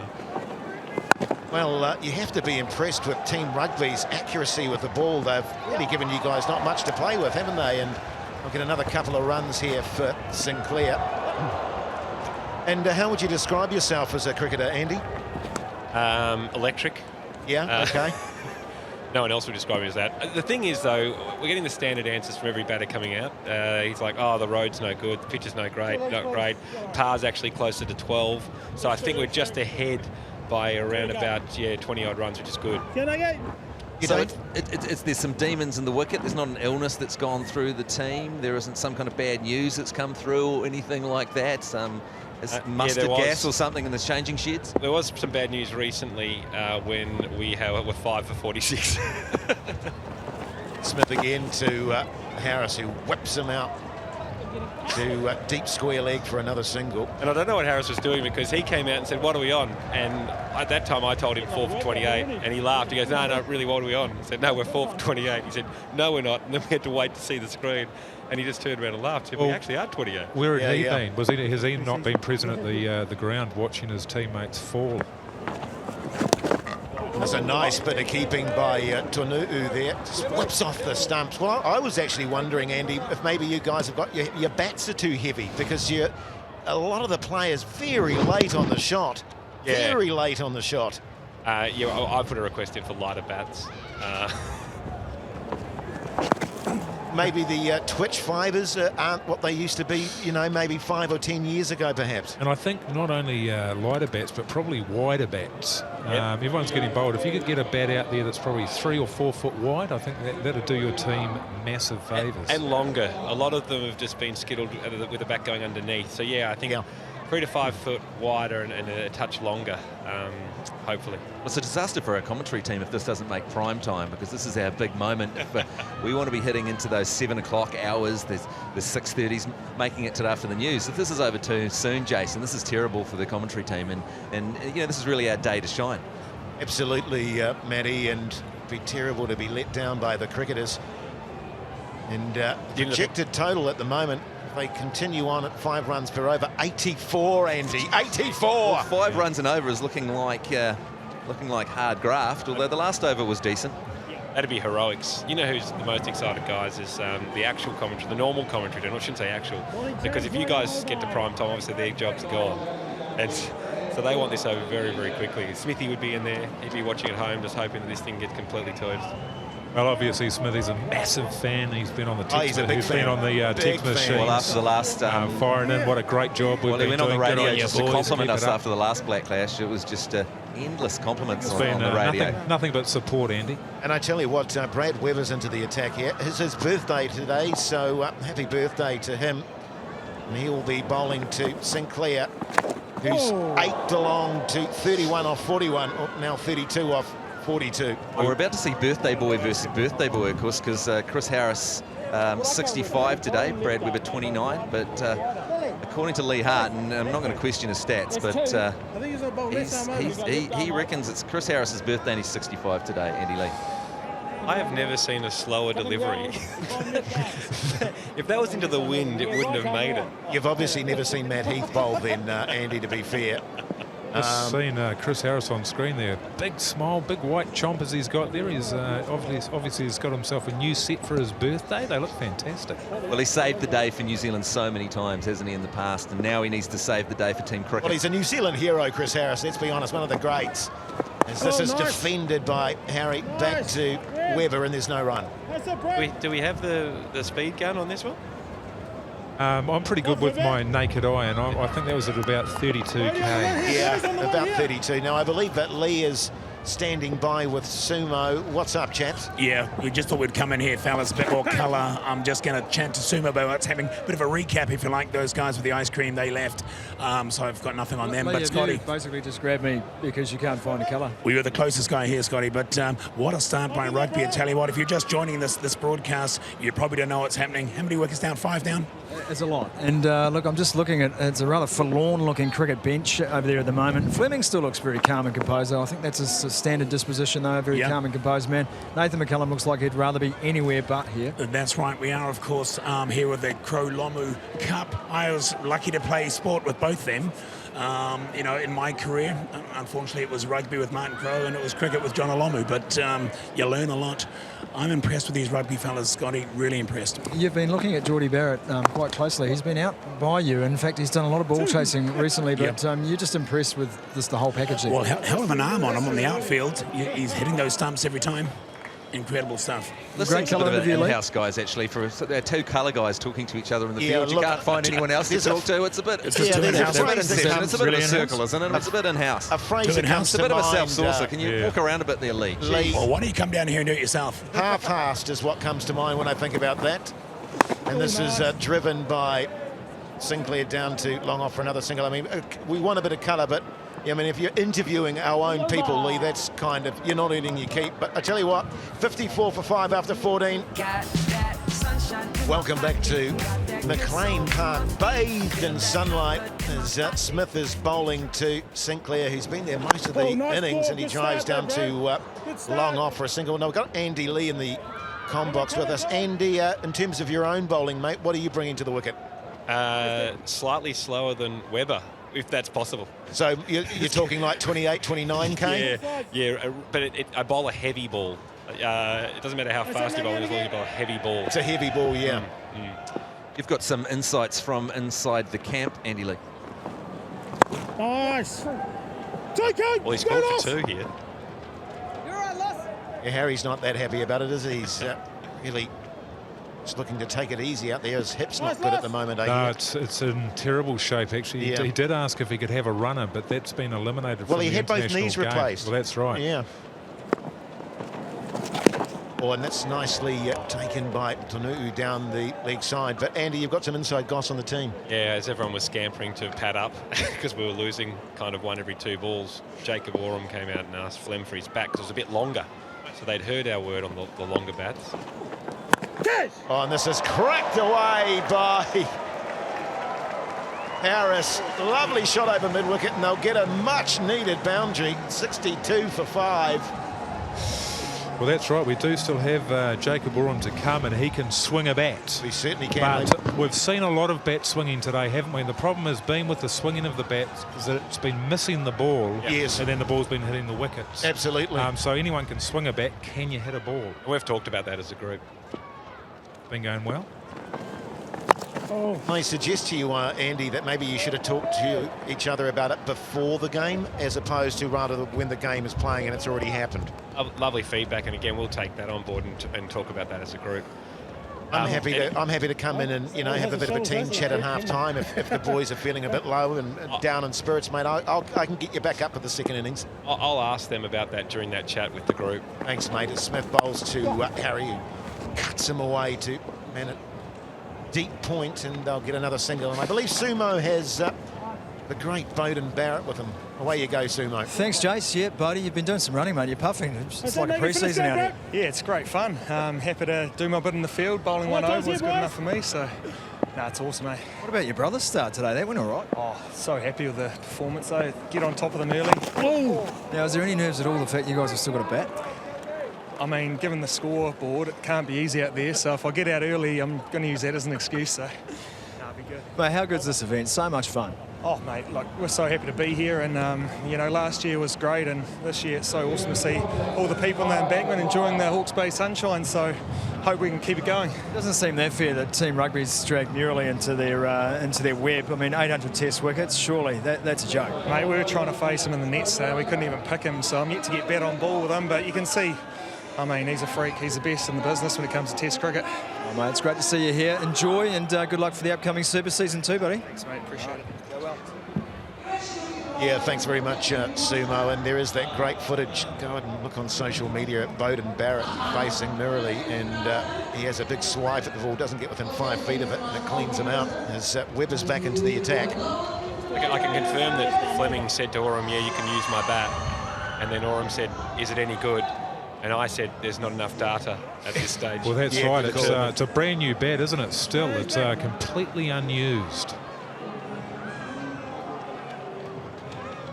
And how are you finding your time in New Zealand, Andy? What have you been up to since you've been here, mate? What's going on apart from this match, or is it just specifically for this match? Just here for the match. Oh, okay. Which is probably a big mistake.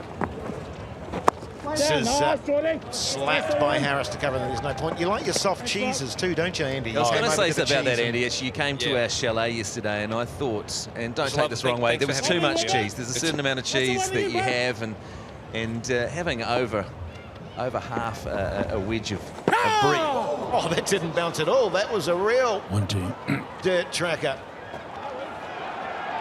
I think it's going to go all the way to the boundary. Yes, it does. It's that 4 byes. That just went right along the ground there. So maybe there are a few more demons in the pitch that we don't know about. Tell you what, there's demons in Chris Harris's leg. He's hobbling around. I think you could just actually see just there. You can see his left hip has popped out again. So he's going to be going back to the hospital, getting some money back on that operation, because that one has not stuck. So you are a fan of soft cheeses, Andy. Any particular brand or flavour that you like to run with? A goat's. Oh, you like a feta? Yeah. You like a crumbly cheese, do you? Absolutely. Well, just interrupt this chat, and should we throw to Lee Hart out in the field for a bit of colour? Nice. Yeah, thanks, mate. Actually, I'm up here in the studio now with you, just behind you, actually, Matt. Oh, there you go. Yeah, just thought I'd come up here and check the vibe up here, get a bit of colour for the people who aren't up here. It's pretty busy. It's not really your job, is it, Lee, to be in the commentary box? You're supposed to be out doing the colour. This is another attempted hoik by Harris, but he just dribbles it out to mid-wicket and there's no run. Yeah, I mean, the ideally was that you got out amongst the crowd, and so far you've You've interviewed Sumo, now you're in here talking to us. We really need you to be talking to the people of Hawke's Bay, mate. That's the idea. As this is driven by Harris down to... one left, huh? I think you're up here with Andy and stuff, talking about soft cheeses. I thought I'd come up and be a part of that chat. Well, contractually, I was just told that I was talking to the actual commentators, not the colour guys. Yeah, exactly. You're making Andy feel uncomfortable now. All sorts of stuff, but now I'm out there doing ice cream shots and stuff. We want some Kiwiana kind of stuff, some typical Kiwi stuff, some hot dogs, some ice cream, some kids, some families, not a bunch of commentary elite wounders in a box. And, Sinclair comes down the wicket and just taps him to wide long on. He'll get another single. That's the end of 16 overs with team cricket really struggling at 71 for 5. Up my ramshackle Mount Eden wounder and just cash up and move down here and start a new life and try and leave some of the terrible things I've done in Auckland behind and start a clean and beautiful new life. I mean, you feeling that way, Mike Minogue? Absolutely. I was just considering growing myself a Daniel Vittori's style massive beard and just hiding behind it for the next 30 or 40 years, actually. So it's a great Carlos Spencer bowling now, and Sinclair slaps him out to deep cover for a single. Dan Vittori's really let himself go, hasn't he? He's gone totally bush. Well, if you think about it, when he first started and, first came onto the scene in 1996, 97, he was that clean, fresh-faced little Harry Potter of a man. Beautiful. Now, I mean, look at that. What is going on there? I mean, that's a beard. You're hiding behind that. You've drawn the curtains. There's something shameful going on. I mean, what have you done, Daniel Vittori? Got a bit of a stick of the dump vibe, doesn't he? What is going on behind those eyes? Spencer again bowling his little darty off spinners, and that's a wide and called wide and a much needed run for team cricket. I don't know what Dan is trying to achieve there, to be honest. Well, he's a good looking man, let's be honest, and the beard just takes away from his natural good looks, in my view. I'm assuming he's married and he's just sort of given up. It's over. He's got a lady. This is slashed away by Sinclair again, and that will race to the boundary for 4 out through point. Nice shot. Well, I don't know if Dan's given up, but I'm certainly, if he is married, I'm picking that his wife has probably given up, given that she has to look at that every day. Well, it's interesting, isn't he? He started off as Harry Potter and now he's turned into Dumbledore. Finally, some action here from team cricket. We're approaching 80. Oh, nice. This is driven by Sinclair, but he doesn't beat the man at cover and there's no run. Of course, really Carlos going to have to Spencer put the foot down in the 17th over, 78 for 5. Come on, team cricket. Come on. Carlos Spencer, like myself. This is lofted by Sinclair down to long off. He'll just get a single, though. Is from Levin. He's a Levin boy. We grew up together, Carlos and I. We spent a lot of time in Levin skateboarding, playing rugby. Not with each other. He doesn't know who I am. I tried to talk to him last night and he had a blank face. This is slashed away again by Harris. Through cover, and they'll come back for a comfortable 2. I'll tell you what, as a commentary team, we may have failed today because Lee Hart did the pitch report before with his Birkenstock, and he had his meat temperature guide, and he said it was a road, but it's looking like there's demons all over it, Jason Hoyt. Well, apparently so. Or so the batsmen are saying. This is hoiked away by Harry into the stand for 6. Great shot. It was short and slow from Carlos, and he just rocked back on those fragile hips and hoiked them into the mid-wicket stand for 6. Well, I mean, the cricketers will be very glad to see Carlos come to the pitch, not just because he's one of the best-looking men on the face of the earth, not just because he's the face of Toffee Pops from all those years ago, but because he's one of the worst bowlers I've ever laid eyes on. Well, it's an interesting move picking him there. That's the first 6 of the game, and Chris Harris on his 65th birthday is the only person to have been striking over 100% in a T20. He's 20 off 16. He's doing well. Once again, Chris Harris comes in and saves the day for a New Zealand team. It's what he does, isn't it, Matty? It's just what Chris Harris does every time. You think of all the times for New Zealand where he came in and saved us from disaster. Well, that's right, but see with Harris, he's got 20. He needs to score another 20 runs before he'll break even for the bowling that he's going to have to put in, because last year he gave up 40 runs. Yes, he did, and it's great to see a crowd shot too. We've been relying on Lee Hart to get us some local flavour, but he's been failing dismally on that front. So a great crowd in here at Mclean Park. It's a beautiful evening. If you are in the area, absolutely come down and make a night of it. It's a lot of fun and great atmosphere. Still a couple of seats available if you hurry. And it really is a great game now. We've got a few runs on the board if you come down, and you'll certainly get the best of the action in the second innings. There you go, Geordie Barrett back into the attack. He's got the phenomenal figures of 2 for 2. And, off 2. 2 for 2 off 2. 2 for 2 off 2, and well, he's a competitor, Geordie Barrett. He loves a contest, any contest. And he's singing off the same song sheet, isn't he, as the rest of the rugby team. We've already spoken about Geordie and his role in the Barrett Tones, that sensational barbershop quartet. Won title after title in the Lower North Island, but he could have represented Taranaki in cricket from the looks of things as well. He's one of those really irritating people that's, you know, just good at everything he tries. He's a good-looking guy as well, so, you know, he's got everything going for him, Geordie. Got a massive career with the All Blacks. Now he's turning into an ace cricketer. You hate that kind of guy, Yeah, you do. You really They're hate annoying. that kind of guy. Loathe him. Oh, and he bowls a beamer. And Sinclair gets underneath it. Oh, I just saw there. Boy.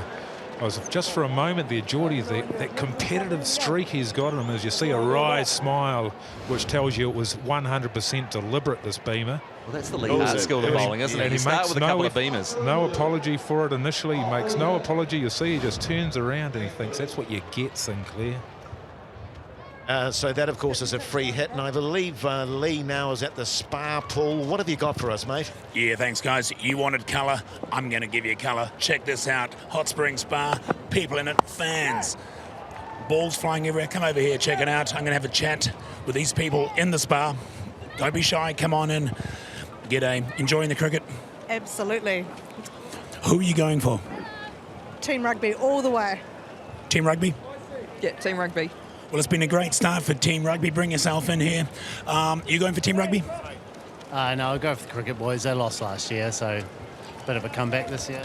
A terrible start for them, though. What do they have to do other than get some runs? Get more runs on the other team, I guess. That's all. And how are you enjoying the spa? I mean, what a great place to watch live sport. Absolutely fantastic. Thanks, Hot Spring Spas. Tell you what, this is what it's all about, people. Putting the fun back into sport. That's what this event is about. Look, guys, back to you. God, that was good. Oh, mate, that was terrific television. Yeah, finally some colour. That was terrific television right there. I could have watched that all day. It's what I do, fellas. It's what I do. Took 17.2 overs, but you're finally in the game, Lee Hart. I'd like to see Lee Hart get in there, actually, because, of course, we showered together as a commentary team, and I saw his rig this morning, and I think the nation needs to see that. Beautiful. Not at this point, Matt. Beautiful chest. Well, let's just keep it professional, man. We were robbed of it in the Toffee Pops campaign all those years ago. Well, the crowd getting into it now as Barrett comes into Aaron. He bowls a big wide. So it's been a beamer, it's been a wide. And this is the Barrett we saw in the Black Clash a year ago, where he got 12 wides in his column. He had that first 2 overs, 2 for 2 off 2. Now it's just getting a bit loose from the big man. He's getting punished now, isn't he? He's 2 for 5. And he comes to Harry again, who comes down the wicket and lofts him in the air. Someone's underneath, they're going to take a catch. Oh! I think it was Smith. He was backpedaling the whole way. It was a valiant effort, but he just lost his footing in the end at the crucial moment and went cartwheeling over. You can't fault him, can you? He's given that absolutely 100%, but he's just tripped up at the last moment, fallen very hard. Oh, it was a great effort. He just wasn't tall enough there, was he? Just the little half-back. A few inches taller, he would have caught that and he'd be a first 5.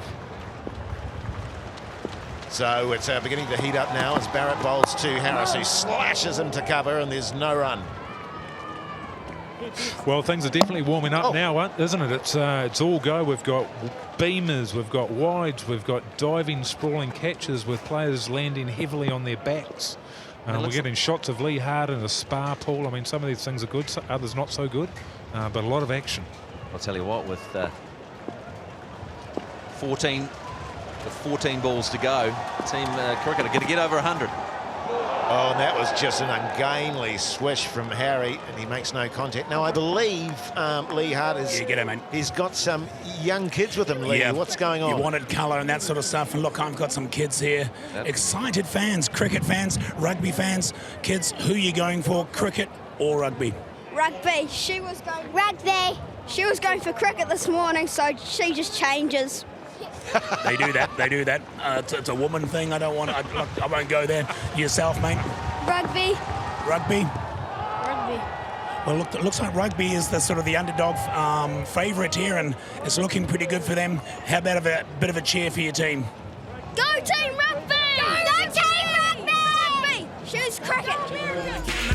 Well, yes, indeed. Welcome back to Mclean Park. A beautiful evening in Napier. Fascinating contest going on with team cricket. 94 for 5. Under the gun a little bit. And all 5 dismissals, incidentally, have been bowled. Batsman playing about 2 years too late on the shot as Dag, the skipper for rugby, takes up the attack. And just jagged off the pitch there, and nicely taken by Fisatunu'u, who incidentally, people might not know this, has played 3 international T20s for Samoa against Papua New Guinea. Did you know that, Matt? I did know that, but if you like big butts, I tell you what, he's providing a decent-sized butt behind the stumps. This is cracked down the ground by Sinclair, and a bit of a misfield, and they'll get a couple of runs. Of course, Matt and I travelled over to Napier for that 2020 series between Samoa and who did you say it was? Papua New Guinea. Yeah, Papua New Guinea. God, it was. Well, Papua New Guinea is a hell of a powerhouse of series. cricket, aren't they? Yeah, I think they're called the guinea pigs, aren't they? Yeah, they're a sleeping giant. This is cracked away by Sinclair, and that will be cut off on the boundary line. Who is that down there? Mahela Jay Wardner, I believe. Very lazy attempt. Wasn't it? Come on, look at that. Come on, come on. Well, there we go with just 9 balls to go. Team cricket on 98.5. They have to, obviously, it doesn't need to be said, they need to bloody go for it. Yeah, now this is definitely the time to roll the eyes into the back of the head and have a swipe. Oh, that's a great nut from Dag. Fires it in, Yorker length. Goes under the bat of Sinclair, and there's no run. They can't be having dot balls at this stage of the innings, Mike Minogue. Well, they actually can have dot balls at this stage but of the I mean, innings. they don't want to be. If you bowl the ball and there's no runs off it, that still qualifies as a dot ball. Technically, they can have dot balls, but they should be saying we're not at home to dot balls. Oh, no, I definitely dot agree ball with that. come knocking. I think, let's just say we're both right. They need to let the 6s and the 4s in. This is crunched through the covers by Sinclair, and a much-needed boundary for team cricket. There you go, and the local brings boy. Up his 50. He's gone about his work. He's been the backbone of this innings. Thank God for Sinclair, or team cricket would be in absolutely dire straits. Yeah, Skippy Sinclair there. He's lifted his strike rate considerably from when he first came out. He's played things very safe. He's opted to be the anchor of this innings, and it's made all the difference to this total.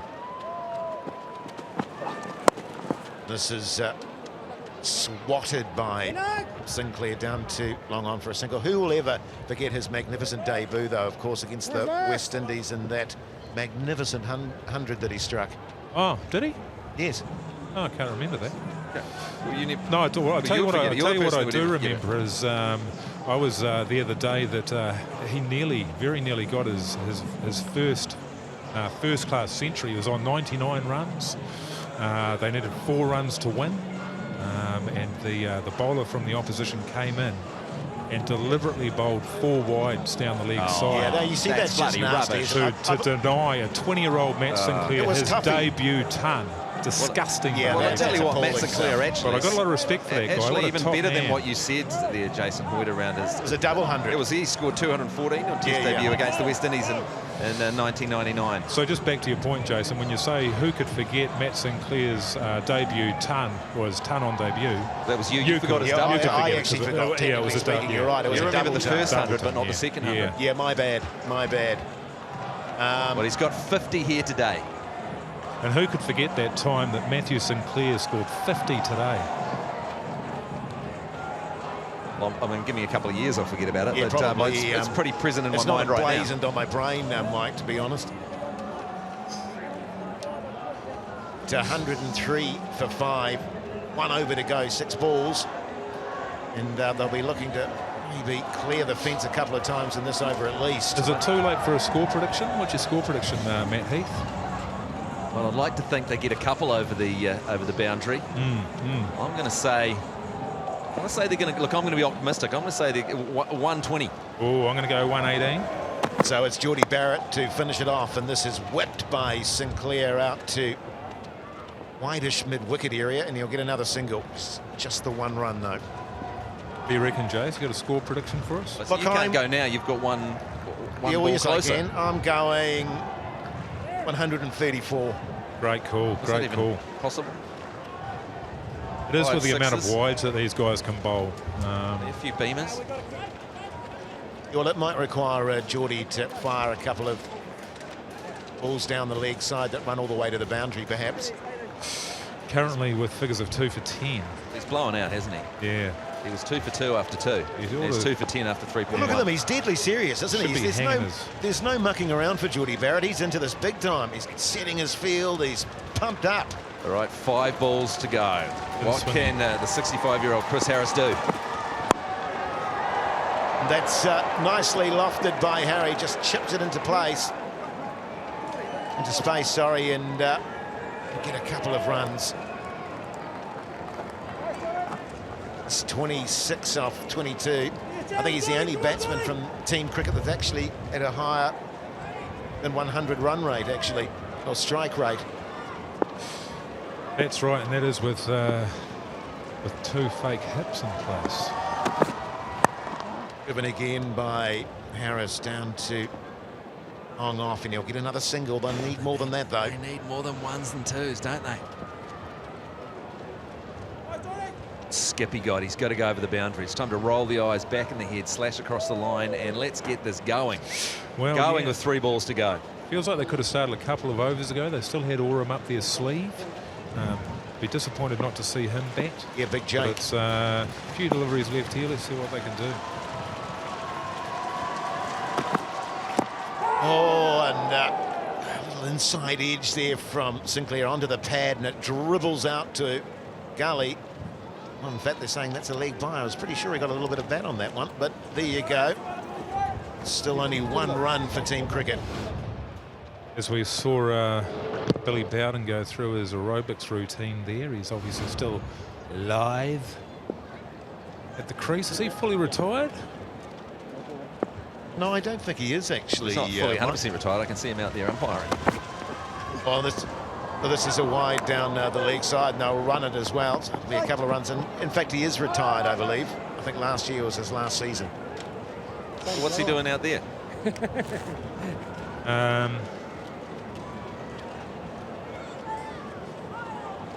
No, well, he's doing a great job. That's what he's doing. Fantastic job. Brilliant job. It's great to watch. What a great character. One of the great New Zealand characters of cricket. World cricket. What a guy. Barrett again bowling to Sinclair, who smashes him down the ground, but it'll be cut off. Oh, won't he? A horrendous misfield there from Webber. Burst through his hands. Webber moves across the pitch like across the outfield, like he moves the ball down the pitch. Very slow to get to it there. Yeah, well, it just obviously had a bit of power behind it because it just went straight through the hands. A much needed boundary for team cricket. So needed, Jason Hoyt. How needed was that? Very needed, Matty. How needed? Very needed, Mike. Woody again comes in, and this is a big outside edge. It goes in the air, but won't be pulled down. I think is that McCaw who's after it? Darren Whitcomb, maybe. There you go, they've run 3. Chris Harris, we might need to get a paramedic out there. He's just run 3, and he's not looking too healthy. Well, I tell you what, that's the end of the innings with team cricket 117 for 5. Is it enough, gentlemen? I suspect not. Well, I don't know. We'll have to see. You never know. Never pick it until see the other team bat. There might be some demons. There might be some demons in that wicket, Jason Hoyt. Well, I tell you what we're going to do. We're going to cross now over to Sumo Stevenson, who's going to be chatting to the players out in the field. Over to you, Sumo. Thanks, Jace. Oh, Skip, congratulations, mate. 60 off 62, not a bad effort considering the start the team got. Yeah, look, these guys blow bloody well, actually. You know what I mean? And, I mean, we were sort of struggling, as you said, at the start of it, but I think it just takes somebody to get themselves in, get a bit of a partnership going. But hey, full credit to these guys, you know what I mean? Just coming out here, big stage, putting the ball in the right areas, and that's all you got to do. Feel good to be back out there in the middle, mate, at Mclean Park? It's awesome, mate, yeah. I mean, it's been a while. The venue looks great. The outfit looks even better. It's good to see the Napier folks and people out from Hawke's Bay coming here. So, yeah, now it's our turn.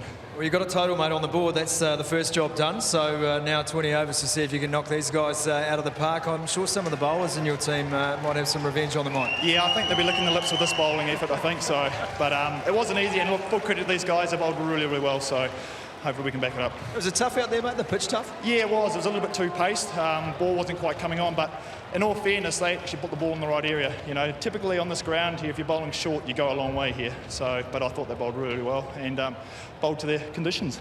So, great experience for you. Skippy Sinclair, 60 off 62, mate. You kept the innings alive. The cricketers have their score on the board. We're going to take a break, go through the highlights when we come back here on TVNZ. Yes, indeed, we are back. We are back here live. I tell you what, 218 runs. Bodie Barrett, your opening left-hander, right-hander combination here. 118, sorry, well, not 218. It's not that much, but it's runs on the board. What did Ted say at halftime?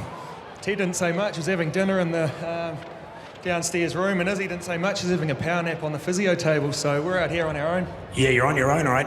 Darren, right-handed batsman, of course. When was the last time you swung the bat? Oh, it was last week, but it was only once, so I didn't last too long. Look, they are runs on the board. These guys, they don't want to make it 2 losses in a row, Bodie. They're going to come out firing with their quick bowlers here. Your Kyle Mills, this kind of stuff. Are you prepared for that? Well, Millsy's run-up's looking pretty long, so I think I better get ready to go back. What is the plan, though? I mean, a few edges, that kind of stuff could work in your favour. You know, the fast bowling, few nicks. Yeah, just see what comes down and play every ball on its merit, mate. I'll tell you what, guys, I'll let you get settled, and it's exciting. Good luck. Back to you guys up in the commentary booth. Yeah, thanks very much, Lee Hart. And Darren Whitcomb, he's a big unit. I sat next to him on the plane, and he certainly looks like he could clear the fence a couple of times. And a little known fact about him, in fact, he played cricket for Northland, so he's a pretty handy cricketer. And they're right, the team cricket, the paltry 117, Matt Heath. Is it going to be enough, my friend? Well, I know Bodie Barrett batted very well last year at Hagley Oval, 26 off 16. Striking at 162.5, and a lot of commenting last year around the setup of Bodie Barrett. It looks very, very comfortable. Looks like a cricketer out there, that's for sure. Well, he's a natural sportsman, isn't he? And if you're just joining us, welcome along. It's been a fun afternoon already. You're listening to Jason Hoyt, and I've got Mike Minogue and Matt Heath in the commentary position with me. And beautiful, beautiful evening in Napier. Great crowd and great atmosphere. If you're in the area, there's still a few spare seats, so come on down. This should be a lot of fun. And Kyle Mills, he's got the full run-up going on, and it was a very fired-up Stephen Fleming in the changing rooms. There was a lot of shouting, a lot of looking at themselves in the mirror, and so it begins.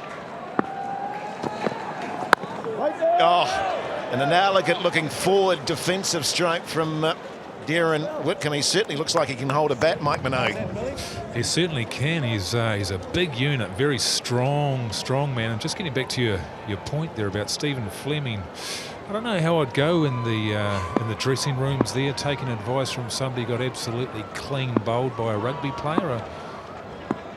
Probably shut down. Now, wide delivery there from Mills, and Whitcomb has a slash, and it's called wide, in fact. Yeah, well, it's very hard to lead from the front, isn't it, Mike, when you get out to an absolutely appalling stroke for a duck.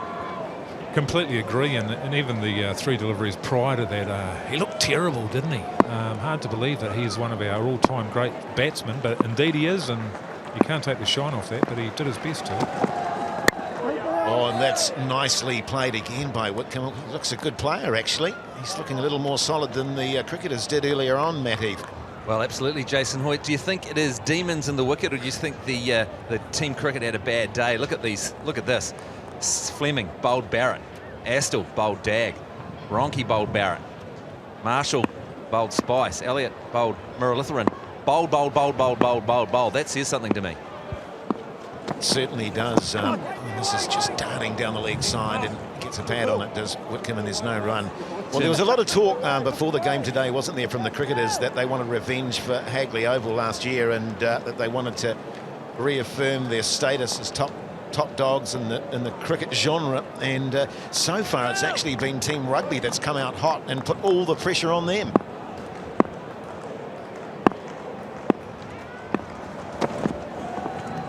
Another wide delivery there from Mills.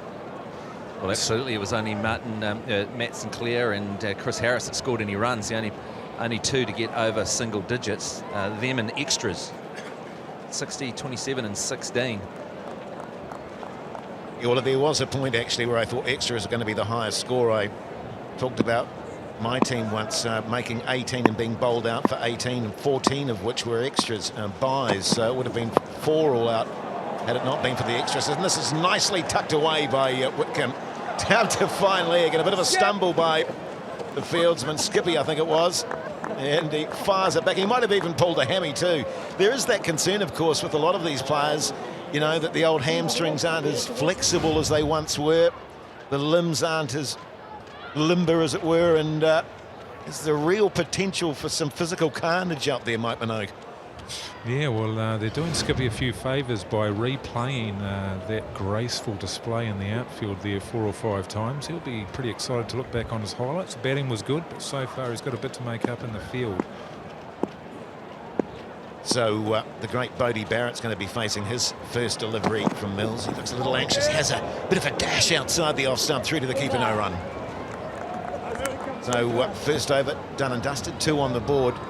And you'd be thinking if they can get off to a flyer, Team Rugby, they'll be in the box seat in this match. And we're just looking at the players there, and the great Ted, the coach, looking very relaxed, like everything's in hand.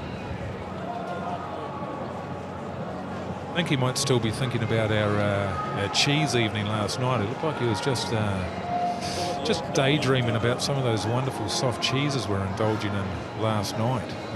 Looks to me like he's thinking this game's already done and dusted. We've got to say Ted will be on gout watch after the amount of cheese he had at that cocktail and cheese party out at our chalet at Craigie Range. He was piling into the soft cheeses and the stinky cheeses, Jason Hoyt. Yeah, he absolutely was. I find that a bit ironic with the meal that we got served last night, Matt Heath. You were like a pig at a trough. Some beautiful salmon, lamb that was falling off the bone, and you really did disgrace yourself. I've talked to you a lot about your diet, and 3 or 4 plates in before most of us have even started, as this is defended by Whitcomb out to cover, and there's no run. It's Oram, the bowler. Well, Jason Hoyt, I'm not going to apologise for enjoying my food, especially that fantastic fare out at Craigie Range. It was utterly magnificent. And I believe that Sumo Stevenson has got a player down there, so we'll cross to him now and see what's going on, Sumo. Thanks very much, Jace. As Darren Whitcomb takes strike again, he's got very Rod Latham in his style, and he's tried to pull that one halfway to Waipukaro. But I'm sitting here with Brad Webber, actually. Webber, your first drop today. You're sitting next to the great Matt McCoy, just picking up some tips there, some calmness, some composure, and also your birthday today. Happy birthday, mate. Thank you, mate. Yeah, 29 today. So the countdown to 30's on. It gets better, mate, I can guarantee it. Well, not in my case, but in most people's case, life gets better after 30. Hey, tell us about today. What was the impressions like in the field there when you the wickets kept tumbling? Yeah, I mean, it was all happening a little bit too easy there for a minute, wasn't it? It certainly wasn't what I was expecting from the former Black Caps, but hey, look, we'll take it. We're full of energy out there, you know, a couple of wickets. It's funny what that'll do to you. You were char-hooing away as usual. Look, one of the things I have noticed, though, is after all of that celebration out there in the field, there's a real quiet that's descended upon this rugby team. You're aware that they have got some pretty sharp bowlers out there. Oh, yeah, I'm just watching big, tall Jacob Oram roll in, and Millsy with a bit of height. You know, anything on a good length will pop up around my face, I think. So, looks like I might have to get on the back foot. You're on your home deck, mate, so I'm sure you're going to go out there and give it your all. And if not, Mahela J. Warden is just behind you in the batting lineup. Exactly. It might be a tactical go out there and then come straight back to the pavilion just to get Mahela out there, perhaps. I wouldn't put it past you, Webber, that's for sure. Back to you, Jace. Yeah, thanks, Scotty, and Brad Webber. Great man.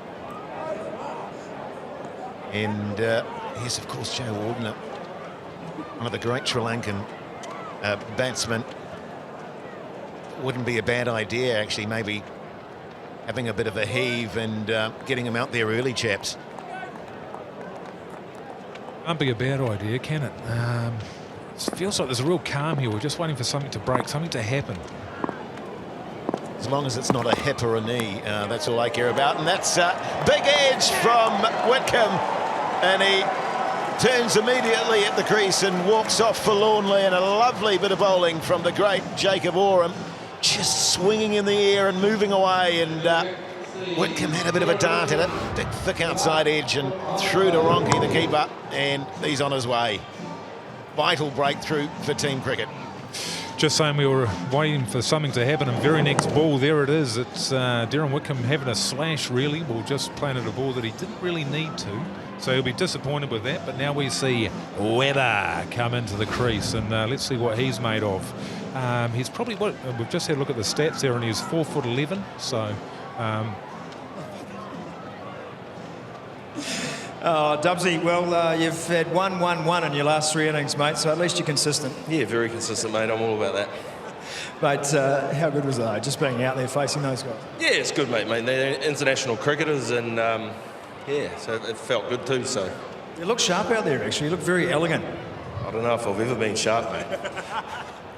What do you reckon? The boys got a chance here. Early wickets, probably not what you wanted, definitely not what you wanted, but you've got some batting heat in this lineup.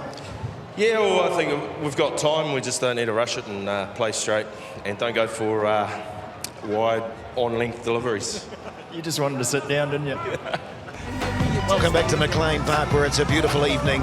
Team Rugby at the moment, 4 for 1. The early loss of Darren Whitcomb, who was looking actually quite capable out there as Mills takes up the attack again to the great Beauden Barrett. Oh, and he has an almighty hoik at that, makes no contact, and there's no run.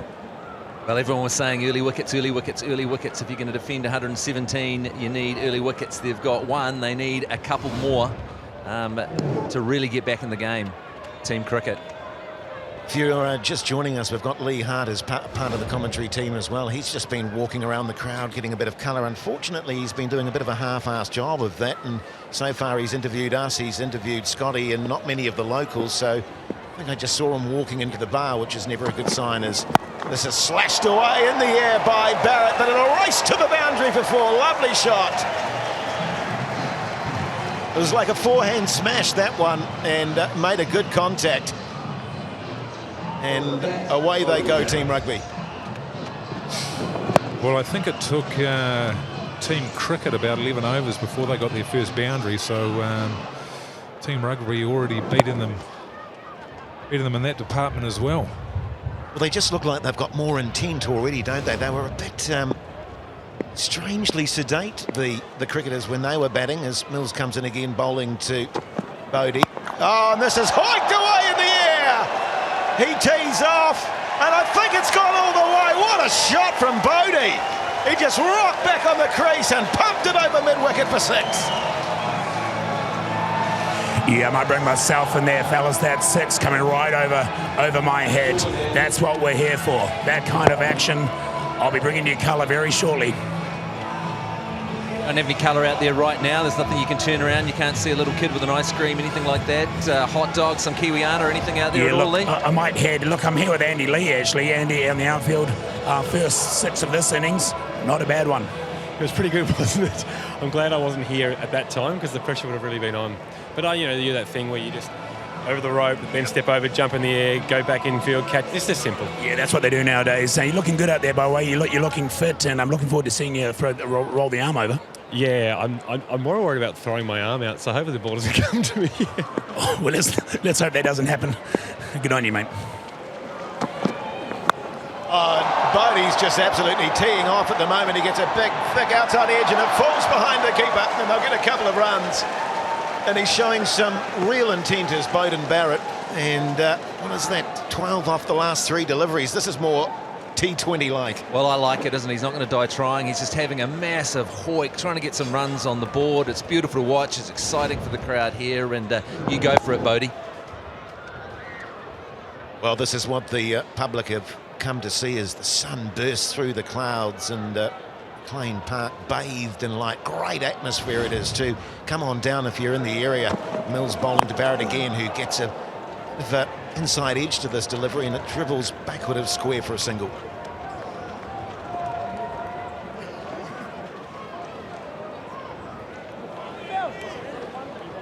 You can contact the commentary team on 0221 Curly 6. That's our text number 0221287596. Yeah. Some great commentary coming back in and some great comments from listeners coming through on the TVNZ Facebook page. G'day, Matt. I might bring myself in here just before you get too involved as Carl comes in. Fellas, this ice cream shot you're after, I'm kind of thinking maybe I'll hang out the back by the ice cream stall there. Bound to see a few kids buying ice creams. You know, as opposed to walking around the stands here, it's quite hard to get a kid with an ice cream at the right time. When you come to me, I line him up, then he's finished the ice cream by the time we throw to me. It's kind of awkward, so maybe I'll just head back there and hang out by the ice cream stall for a while. What do you think? Well, you could doctor the shot, couldn't you there, Lee? What about you buy some ice creams, then you find the cute kids, give them the ice cream, then film the shot with the ice cream? I don't think it's a good look getting Lee to actually buy the kids an ice cream. I don't think that's a good look. Maybe that's a bad look on TV, me buying kids. Besides, we don't have a budget for that, you know that. Certainly no budget. Listen, I'm thinking. I look like an ice cream vendor. I look like an ice cream man. Well, no, you look like a Russian sailor, to be honest. A sexually fluid Russian sailor. Exactly. But listen, it's that time of night. I think you'll be better served actually looking for someone eating a pottle of chips, perhaps. A little bit cool out chips there. Now, do you? Yeah, so if you see someone eating a pottle of chips, that would be great. Oh, that could be easy. Okay, so no, you're going for the chips now. Absolutely go for the chips. It'd be just nice if you made up your mind and just gave me a bit more feedback, you know, before we went to these throws. But it's all good, guys. Back to you. Grab some of those chips and bring them up into the commentary box. That would be good as well. So it's Oram back into the attack, bowling to Beauden Barrett, who's been smashing them all over the park at the moment, and a direct hit from Daniel Vittori. The old instincts coming back, and you're saying we've had a bit of feedback from the public, Matty. Great stuff. We love to hear what you have to say. What are we running with here? Well, I'm just going to read the first comment that's coming up here on the TVNZ Facebook page. This should be good. It's from Liz T. Who hired these appalling commentators for the cricket? They're talking about their toilet habits, for God's sake. This is pitiful. Well, that's good feedback, isn't it? Yeah, well, it's good to know. Good. I mean, fair enough. You know, Yeah. and as the great Paul Holmes taught me, he said, Jace, you know, never broadcast when you need to go for a wee, and I should have learnt that lesson. This is beating Webber outside the off stump. He has a little stab at it, big smile on his face as it whizzes by. Another great comment coming there from Gary S. Any chance of getting some decent commentators on for the live rugby cricket? Sick of hearing the verbal rubbish coming out of their mouths. Give us a break. Yeah, sorry about that, Gary S. No, there's no chance of some decent commentators. We're it for the night. Oram again bowls to Webber, who plays a quite nice defensive strike there out to point, and there's no run. Our only hope really is that Lee Hart finds some good colour out there that we can cross to in the field and really up the quality of our broadcast. Actually, what I'm really hoping, Matty, is that he gets us a couple of bottles of chips. That would be good. With a big squirt of sauce on top. Certainly be hoeing into those as Oram comes in again, bowling to Webber. When he beats him again outside the off stump. A wily old campaigner that he is. He's a big unit, isn't he? Big unit. Oh, you've got some chips actually, Mike. You kept those very quiet. No, those are my chips. Oh, right, okay. If you want some chips, then you're going to have to get Lee to get yours. So, Team Rugby 18 for 1. We're in the fourth over. It's been a bright start. This is defended. Oh, there's a bit of a mix-up, and Bodie dives back in the crease. Nearly a run out there as Webber looked to take off and then changed his mind and sent Barrett back. He got back just in time. Absolutely fantastic chips as well. They're exactly what you want from a chip at a sports ground. They're cold, super salty, and the sauce smeared in sauce. The sauce is red, but I'm not sure if it's tomato. This is nicely defended by Webber again out to point. That's the end of the fourth over with Team Rugby 18 for 1.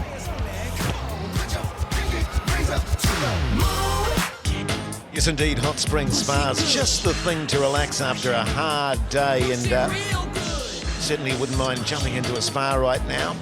little bit cool out there, and the punters look to be very much enjoying the spars down on the boundary edge there.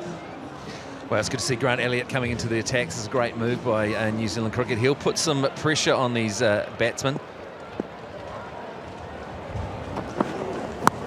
And once again, Barrett just tees off, goes over the keeper, one bounce for four.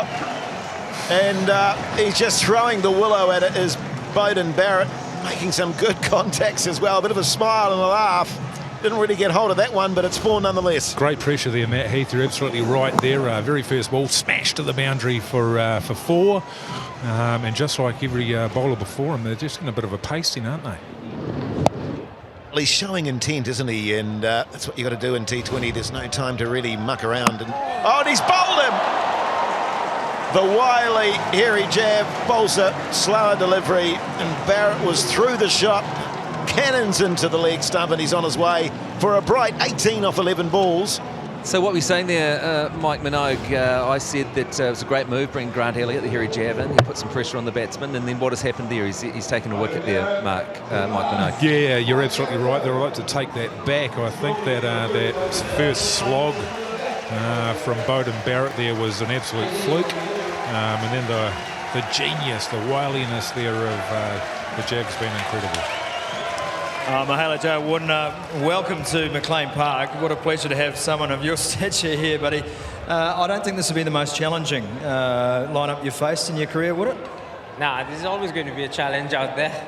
Those boys are going to be a bit feisty. I mean, got bowled out for a low score, so they'll be, you know, coming at us. So, yeah, it's a great atmosphere. I mean, absolutely brilliant. Especially with the rugby boys in the dressing room, it's been fantastic. You and Murali both big fans of the rugby guys as well, the All Blacks? Yeah. I mean, Sri Lanka is a massive rugby country, so we followed All Blacks pretty closely. I was up in Japan watching the semis and the finals, so yeah, it's been fantastic. And you were giving Stephen Fleming a bit of jip earlier on about his tactics. Is that going to come back to haunt you out here? I don't know, hopefully not. You know, he forgets that. Mahela Joe Wooden into bat for Team Rugby.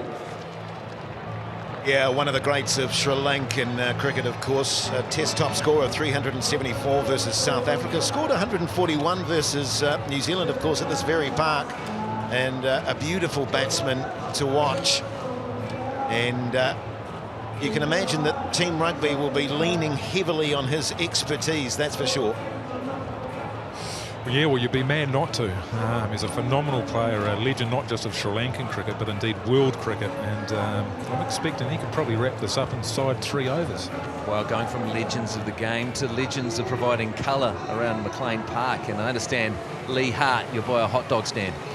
Yes, indeed, fellas. You wanted colour, you wanted hot chips, you wanted kids, you wanted all that kind of stuff. That's what I'm bringing to you. Hot chips here, the back of Mclean Park. Apologies for the audio. We have a big generator out the back. That's the problem with when you're doing a hot chip stand kind of colour piece. You have those kind of issues. Kids, enjoying the game? Yeah, definitely. Who are you going for? The rugby team. Yes. Oh, rugby team. Rugby. And you, young lady? Yes. Rugby, everyone's going for rugby, but they're here for hot chips here, guys. Help yourself to those hot chips. How much is that? $6 each, sir. What, $18? $18. You haven't got $18 on you, have you? No.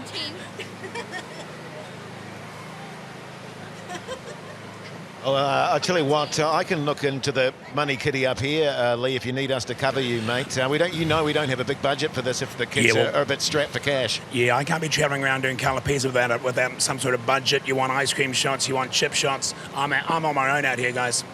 Sort it out, eh? And it's not your fault. Webber has a slash outside the off stump. This has been a good over from Elliott. That was great television, by the way, Lee. Thanks for that, mate. You got everything that we needed. Very Kiwiana. That's 4 very terrified-looking children there with Lee Hart. Oh, look, he's paying for it himself. What a top man he is. Mind you, he earns a fortune. That's fair enough. Good on you, mate. Good on you. I think off the back of that, we're going to get some great feedback on TVNZ's Facebook page. Elliott again bowling to Weber, and that's a shocking delivery well down the leg side and called wide rather dramatically by Billy Bowden. 24 for 2. We're in the 5th over. You can never call Billy Bowden restrained in his calls. So 2 down. They needed early wickets. Is that early enough? 24 for 2, 4.4. This is nicely defended by Weber again, out to cover, no run. I tell you what, whichever way this game goes, Team Rugby certainly haven't disgraced themselves. There was some spectacular bowling from Geordie Barrett early on, just throwing in some very quick swinging Yorkers. Their line and length through all the bowlers for Team Rugby was impressive, and they're looking pretty good on the batting front too. This is wide, and Weber has a slash, makes no contact. Well, as Graham Henry, the great Ted, said, all the pressure is on them. All the pressure is on the cricketers. And I'm not nailing the impersonation there. I'm sorry, Jason Hoyt. Have you got a decent Ted impersonation? Oh, no, I can't really do a Ted, sorry. I've let the team down, actually, with that impersonation. You have a great David Longy, so maybe you can do David Longy as Ted. Well, the team talk. we actually canvassed the punters whether they wanted to hear my David Longy impression, and the overwhelming response was no. Well, it's not topical, is it? It's a Prime Minister from the 80s. He was one of our great Prime Ministers, though, to be fair. Great Absolutely, speaker. a big man, and changed the world, put New Zealand on the map. The uranium on the breath comment, but just not relevant enough, really. And particularly in a cricket commentary, do you really need to be doing David Longy impersonations? I'm tending to side with the punters, to be honest with you, Matty, as Jay Warden are now facing up to Oram. He would have done that a few times in his career, I imagine. Oh, and there's a sharp little bouncer there from Oram. He was always great because of his height, wasn't he? That got that steepling bounce off the pitch, and that was a great example of that. Well, of course, Joe Warden is no stranger to Mclean Park. Played quite a few games for the Central Stags. And Jacob Oram, of course, was once a fantastic soccer goalkeeper as well. This is nicely defended by Jay Warden. Back to the bowler, and I tell you what, there's been some very elegant defensive shots played in this match so far, which is kind of a little bit odd, really, when you consider it's a T20 and you should really be looking to attack the ball. But there's nothing like a great forward defensive shot, in my view. There's also nothing like a massive bucket of KFC being delivered to a commentary team Lord. as well. Look at that. Oram again. This is nicely dabbed by Jay Warden, down to third man for a single. If you are in the area, by the way, you're by Mclean Park, you're in Napier, come on down. There's still a few seats to be had, and it's a great atmosphere. It's a beautiful evening, and we'd love to have your company down here. You may even bump into Lee Hart, and he may buy you a pottle of chips if you're lucky, which is great stuff. Come on, Brad.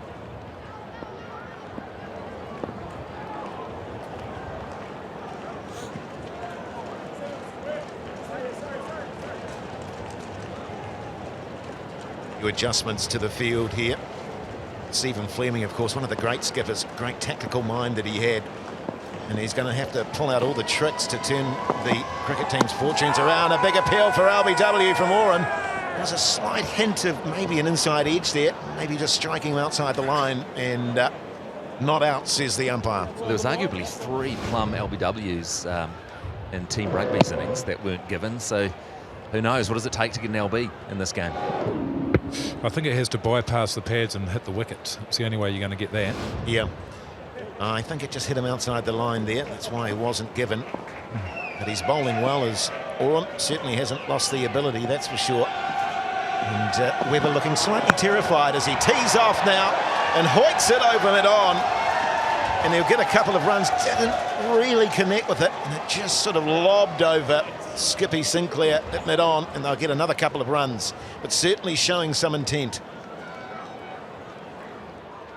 Just getting back to my fascinating Jacob Oram story, he was a fantastic goalkeeper growing up, and the day that he was selected for the Black Caps, he was also selected for the Auckland Kings football side, and he had to make the choice.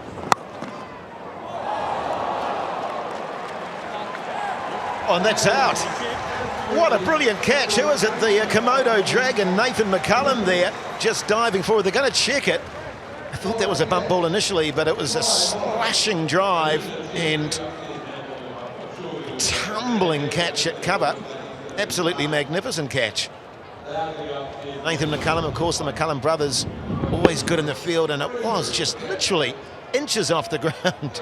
And McCullum diving forward, which is never easy to do in terms of taking a catch. Just taking it centimetres off the turf. Great stuff.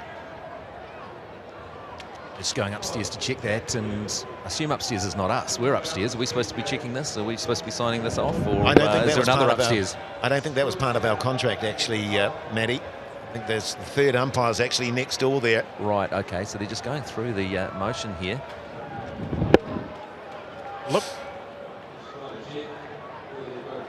Looks pretty out to me. I don't know why they're having to discuss it, but I believe Sumo is with the birthday boy, Brad Webber. Over to you, Sumo. Thanks, Jace. Yeah, Brad and I just looking at the big screen here. Webber, you're pretty confident McCullum's snatched that one. Yep, looked pretty good from where I stood, and I had a pretty good look at it. It was an outstanding catch. Tough out there? Very. I suppose that's what 10 years without playing cricket shows you how quickly your eye leaves you, but good fun. Cricket boys treated me well. They didn't treat me too much. So I was going to say, well, you've got rugby season to look forward to, but is it good to get out there and face guys of that quality and have a bit of fun as well? I noticed too you bowled some left arm orthodox in your overs. Yeah, absolutely. I loved it. Especially playing here at home in front of the Hawke's Bay. It's been great, and yeah, it's probably my one bit of cricketing talent. I can bowl off both arms, and I'm glad I could pull it out today. Perfect, mate. Great to see you. Happy birthday again, buddy. Yes, indeed, Brad Webber, talented sportsman he is too. He can bowl off both arms, as he says. I think that's just showing off, personally. Welcome back to Mclean Park with Team Rugby, 27 for 3 after 6 overs. Israel Dag is a new batsman, the skipper, of course, of Team Rugby. And the very hirsute Daniel Vittori comes in, bowls to Jay Wardener, who tucks him elegantly through mid-wicket for a single. Absolutely, Jason. And before we get to that beard of Daniel Vittori's, you've got to ask yourself the question with a beard like that. What are you hiding from? What's happened in your life that you feel like you need to grow that massive curtain? I mean, look in the man's eyes. There's some demons in there. But 28 for 3, you've got to say, Team Cricket are back in the competition. Well, he definitely looks as though he's gone bush, doesn't he? It's like he's gone on the outskirts of Alaska or something like that. As this strikes the pad of Israel Dag and there's no run.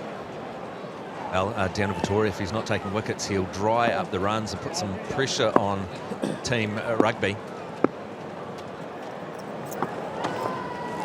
Oh, and he's bowled him straight through. Izzy Dag, he just looked to give himself a bit of room, and it just skidded off the wicket. Thudded into the off stump, and he's disappointed with himself as Izzy Dag. He's out for a duck. Oh, the shame, the ignominy. And he trudges off. I think Izzy might have been intimidated a little bit there by the look of Daniel Vittori. Daniel's got the look of a man who might do anything. He could get violent. He could come charging down the pitch and just take him on with his fist with a beard like that. I don't know, he's a little bit terrified. Look at his eyes. He's gone. He's gone. Well, I actually think you're right, Mike Minogue. I don't think it was the ball that... I think he was just staring at his beard, and it was just totally put off by it, and really threw him. And I believe that Sumo is down with the man himself, the great Izzy Dag. That's right, Jace. Well, he's still smiling. You look great in the warm-up too. How was that facing Daniel Vittori? I spoke about it all week. I said he's got a great arm ball. It'll just go straight back into it. I went back on the back foot and it went straight through me and bowled me. So now I've got to walk through the duck tunnel. I see the duck tunnel's lined up waiting for you, mate. So you better go and do that. Israel Dag, straight through the duck tunnel for you, mate. There's no shame in being dismissed by Daniel Vittori, though. Let's be honest. Which brings us to Geordie Barrett, ready to go. George, pretty good with the ball today. How's the bat going to go? We'll see. Hopefully get myself in, hopefully set myself up for late in the innings. Yeah, we're starting to get a sense here where these cricketers might be taking this a bit more serious than you gave them credit for. Yeah, I think the low total didn't really help us going very serious, so we'll see how we go. Mate, good luck out there. Enjoy it. Well, Geordie Barrett, he's a real competitor, and I remember in the last match at Hagley, he played a blinder of an innings, if I'm not incorrect, and he's one of those players, as we talked about earlier, that just loves any form of competition. And he's a big lad, and I'm expecting some lusty blows from him. Well, absolutely. He brought it home for Team Rugby at Hagley. Consecutive sixes off Aaron Smith when Aaron Smith were playing for the cricket side. Now, surely we can get some colour out there in the fields. Let's cross to see what Lee Hart is doing out there, looking around Mclean Park and just giving us a feel for what's going on out there. Yes, sorry there. I'm just behind you, mates, in the booth. I thought I'd come up and help with the stats. Seem to be a bit lacking on the stat front. I thought I'd come up and give you a bit of a hand. And it seems like you've got some KFC here as well, so but I might as well have a bit of that. Just kind of be part of the team, I suppose. I tell you what, is there anything better than the wafting smell of KFC? And I'm certainly enjoying that in between the overs. As Vittori comes in again, bowling to Geordie Barrett, who comes forward and defends out to mid-wicket. I'm looking at Vittori's bed. A bird could nest in there, couldn't it, really? It would be a great bird nest. You could lay your eggs. Jace, do you remember the TV show Grizzly Adams? Remember the TV show? Yes, Grizzly I do, Adams, actually. The guy with the bear, living with the bear in the woods? Yes, I do remember that show. Very much like Grizzly Adams. He does, doesn't he? As we were saying before, he started off his international career looking like Harry Potter. Oh, and this is sliding down the leg side and called wide by Billy Bowden. Just has to be careful that he doesn't expose that leg stump, Geordie Barrett. He's a wily old bowler, as Vittori. He's turned up to this Blacklash looking like Dumbledore.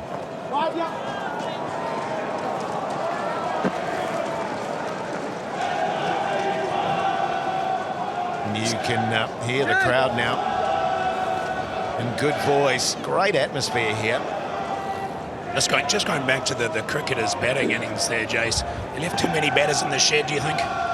Possibly, mate, possibly. As this is punched by Jay Wardner out through a wideish mid-wicket area, and he'll get another single. Jacob Warham's, people like this never got a chance to. Perhaps the old reverse batting order would have worked for them. Yeah, well, he was a clean hitter of the cricket ball, that's for sure. I would have loved to have seen maybe Jacob Warham sending a few into the stand, but it wasn't to be. A good little innings from Skippy Sinclair, though. I don't want to question your professionalism, Lee Hart, but you are really supposed to be out there giving the colour. You seem to have joined the commentary team here in the box. I mean, we have roles here. The three of us do the ball by ball, and then if you want to go out and do colour for a bit, man, I don't have a problem with that. Well, I tell you, a man who is a consummate professional, and that's Scotty Stevenson, and I believe he's got another player with him. It might be Nuggie Smith. Yes, that's right, Jace. Aaron joins us. Mate, your reversal almost to get Chris Harris. It's made the papers, I see. Boy, you engage reverse fast. I haven't seen you run backwards that fast in a long time. Oh, I've had all the talk from all the cricketers. You should have just turned and goed, but I lost it in the clouds for a second, and then by the time I sort of caught up with it, it was way behind me. So I gave it a good crack, but Ninja rolled out, and I think I actually adjusted it for 4, which was a bummer. No, you look good doing it, mate. This is what you're playing for today, the Lomu Crow Trophy. This is a hell of a trophy. It's beautiful. Isn't it? Very, very cool. And last year I helped the rugby team win it, obviously giving Geordie 26 off the last over for me. So hopefully I don't have to be used tonight with the bat. So I'm a bit nervous at the moment. Yeah, you strike me as a bit nervous, but mind you, you guys are in a bit of a precarious situation at the moment. These guys aren't going to lie down and let you win it, are they? Oh, no. They look very serious. You'd think this was the World Cup final in cricket, so we're just having a good time. But, yeah, there's a few of us who are a bit nervous. Our captain, Jason Spice, is he's real looking very serious. He just wants to have a Heineken, so he's... if he gets out, he'll do one for us. Well, I hope you do get to bat, Nug. I hope you get out there. Yeah, I hope not. Thanks, Scotty. And he's a great character, isn't he? A real competitor. It was a great effort. It was a ninja roll out of that attempted catch that he had. Most impressive. Well, I was talking to Nathan Cullen last night at the cheese and cocktail dinner we had out at Is that Craigie what we're calling Range. it, is it? The cheese and cocktail dinner? Yeah, that doesn't really make sense, does it? This is slashed away by Jay Wardner out to the man at deep cover, and they'll get another single. What would you call it? Is it a cheese and cocktail get together? Like a wine and cheese. It was more of a wine and a cheese scenario. Wine and cheese. There's no cocktails, were there? There weren't any cocktails. Yeah, I'll withdraw the cocktails from that situation. But he was saying he wasn't happy with getting tonked at Hagley last year in the Black Cash, and he said he was going to take this very, very serious. He was off to bed. It was about 6:30. He had a big, long night's sleep, and he's ready to show today. Look, I just the wanna Komodo Dragon, Nathan McCullum. Bring something back up again, Matt, about the whole colour pieces out there. Look, I don't have an issue. If you want to go out there and get, shots with the hot chips and stuff, Not saying I'm too good for it. You know, I don't mind doing that stuff. I'm a professional. But it is kind of beneath me. Thought I did a pretty good job, to be honest. Well, I thought it was bloody good of you to pay for the chips for the kids, mate. Well, I had my choice, Chase, did I? Well, no, and it was kind of odd for the actual kids to actually go there and buy chips, given they didn't have any money. But good on you for looking after them, mate. That's a great community service you did there, as this is punched by Geordie Barrett out through cover for a single. Well, there's no colour in here, Lee Hart, that's what I'm saying. Literally, there's no colour in the commentary box. And there is KFC. No, there's just the beige of our uniforms and the beige of the chicken and the beige of the chips. Yeah, well, that's, I'm questioning your motives here. Why are you up here? Is it the KFC or is it the colour? Oh, and this is nicely glanced by Jay Warden. Just opens the face at the last minute. And that's the end of the 8th over, with rugby currently 35 for 4. It's a great way to spend the afternoon, isn't it, to go to a winery, have a cheeky glass of wine, maybe a platter as well. And where we're staying at Craigie Range, it's just utterly magnificent. Highly recommended if you're in the area on a bit of a vineyard tour. As this is turned by Jay Warden backward of square for a single. I totally agree with you. It is a fantastic place to stay, unless, of course, you're sharing a room with Jason Hoyt, as I was last night.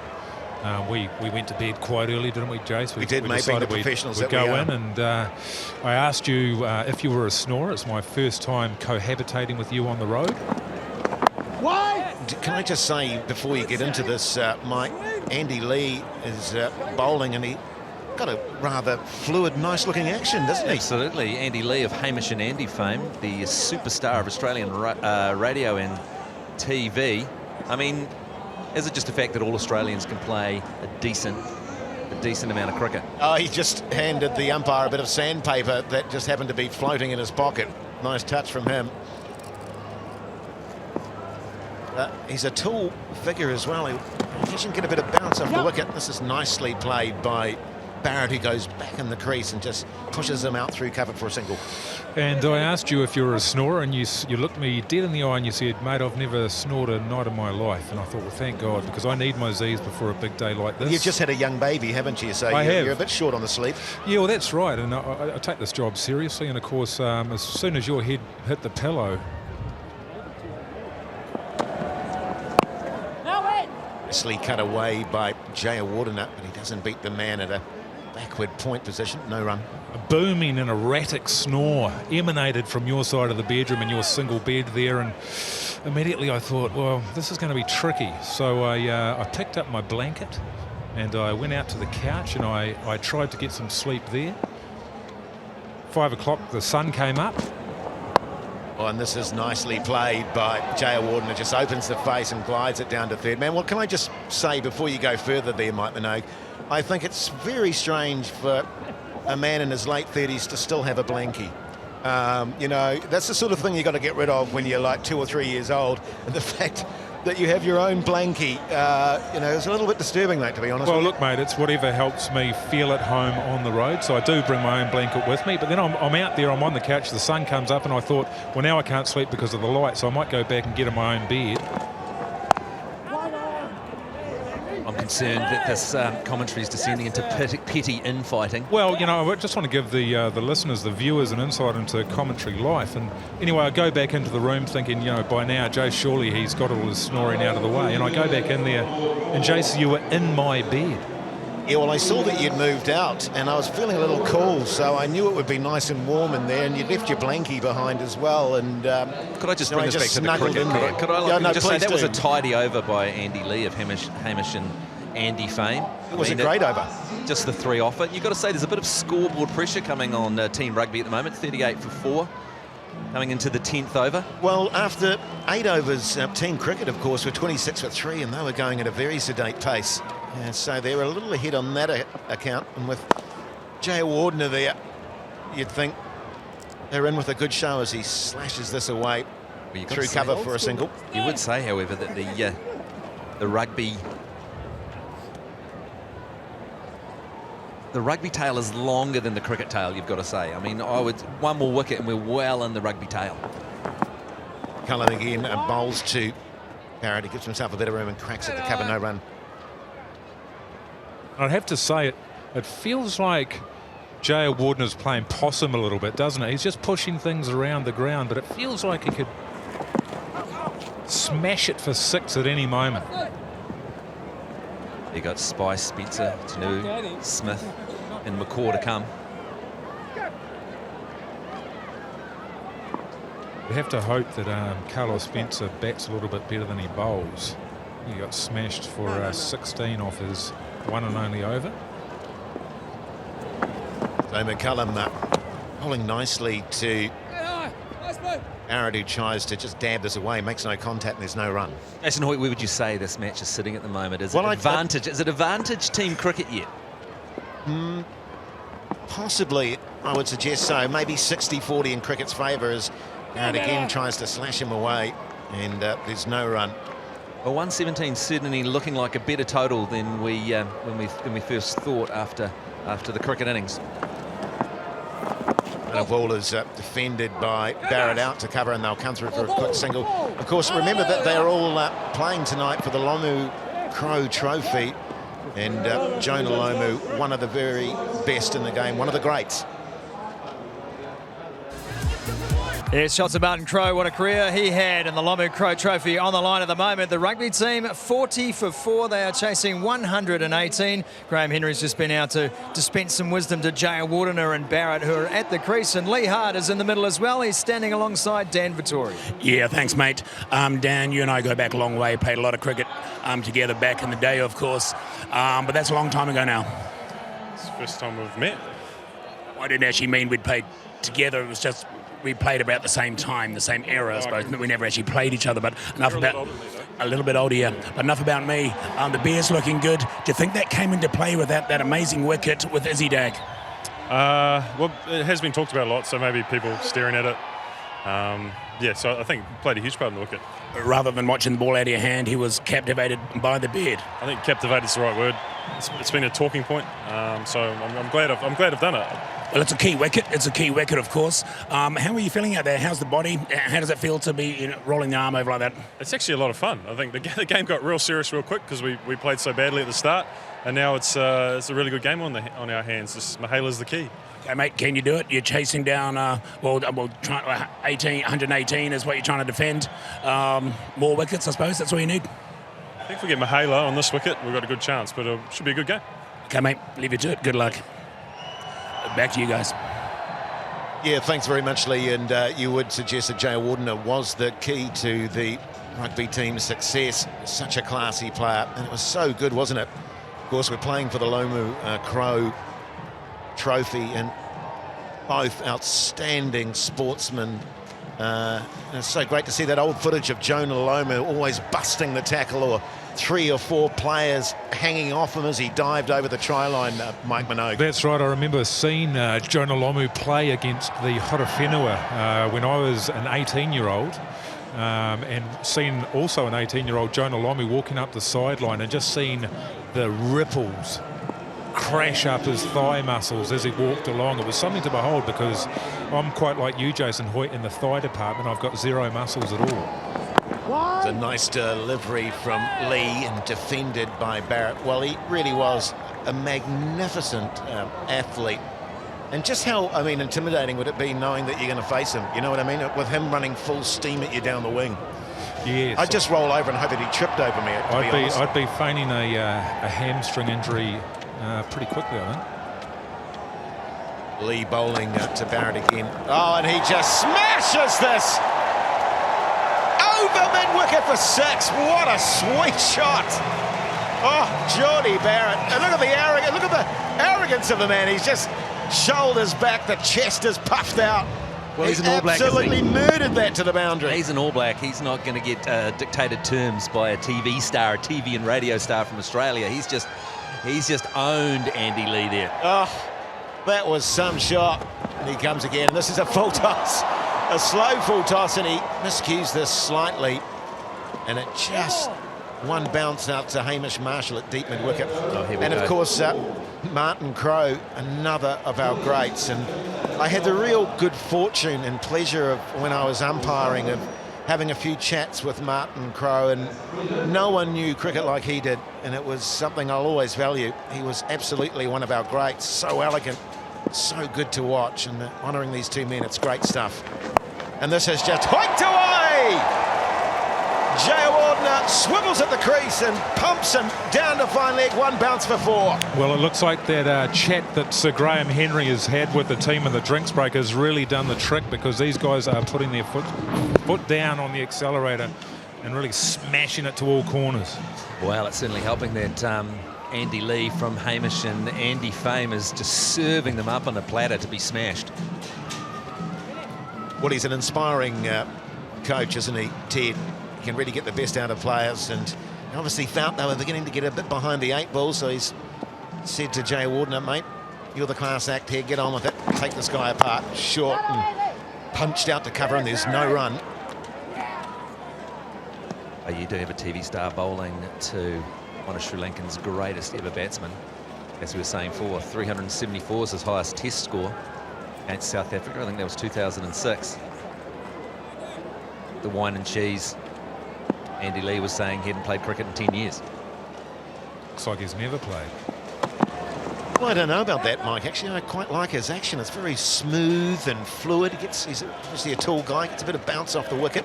This is turned away by Jay Wardner, and he'll get a single. Yeah, it was actually a snide comment on my part, Jason. I'd like to apologise for that. It would be good if you could. Now, I believe... It was cheap, Mike Minogue. It was cheap. Yeah, it cost me nothing. I believe Simo Stevenson's down on the sideline with the one and only Nathan McCullum. Over to you, Simo. Yeah, that's right, Jace. As Andy comes in for the, hopefully the final delivery of the over, Nathan McCullum took an absolute screamer to get rid of Brad Weber, and then there was a lot of looks. Did you grasp that? I felt like it was playing Sri Lanka again. I think it just went so fast that I didn't have to think, so it was all right. I saw you stretching this afternoon. You would have stretched the hammies for probably about 4 hours. Yeah, and you're still stretching them on the outfit. The body's a bit sore, mate, but it's all right. It's all right. We'll get through. We've got a few overs to go. I think I'm back out there, mate. You got to go and do it. Is this evenly poised? You'll be okay. Down to the wire, says Nathan McCullum. Jace. Yeah, good call, Scotty. Good call. Well, you know, we played a charity cricket match about a month ago, actually, and I bowled 2 overs. And the next day I woke up and I've never been in so much pain. It was quite embarrassing. I could barely walk. And if you haven't played the game for a little while and then you go and turn the arm over, it's amazing the parts of your body that you haven't used for a while. And you yourself, Matt Heath, you were in a lot of discomfort the next day too, I recall. I certainly was. Speaking of discomfort, Chris Harris is in a hell of a lot of discomfort. He was limping around when he was batting out there. Had a fantastic innings for the team cricket, second top scorer. His 65th birthday today, Chris Harris. Yeah, well, he's one of New Zealand's greats. The punters love him, don't they? And I had the pleasure of umpiring him on a couple of occasions, and he's one of those guys, one of those cricketers that just never shuts up. He's always at you. He's always questioning you, wondering what's going on. He's always in the game as Harry. He's a real competitor. This is down the leg side, called wide. That very unique action of his. He got smashed around a little bit last year at Hagley Oval, didn't he? He got smashed around. And this is again down the leg side, just tucked away by Jay Wardner. Backward of square, and they'll get another single. He's doing it comfortably. He's 14 off 17, so he's not going in express pace. 15 off 18 now, Mike Minogue. Yeah, well, as you were saying, Matt Heath, Chris Harris last year, he went for 40 off his overs, and at this stage you'd have to say Rugby will need every single one of those. They're lagging behind the run rate a bit. And this is nicely defended by Barrett. No. Crowd really getting into it now. You can hear them in the background. All right, okay. Oh. And that was a good delivery from Harris. Barrett went back on his stumps and then he got himself in trouble, but managed to clamp the bat down on it last second. Evenly poised, you'd say, Jason Hoyt. Evenly poised at 55 for 4. Absolutely, and this is down the leg side, nicely taken by Ronke. And just touched the pad on the way through, that's why it wasn't called a wide.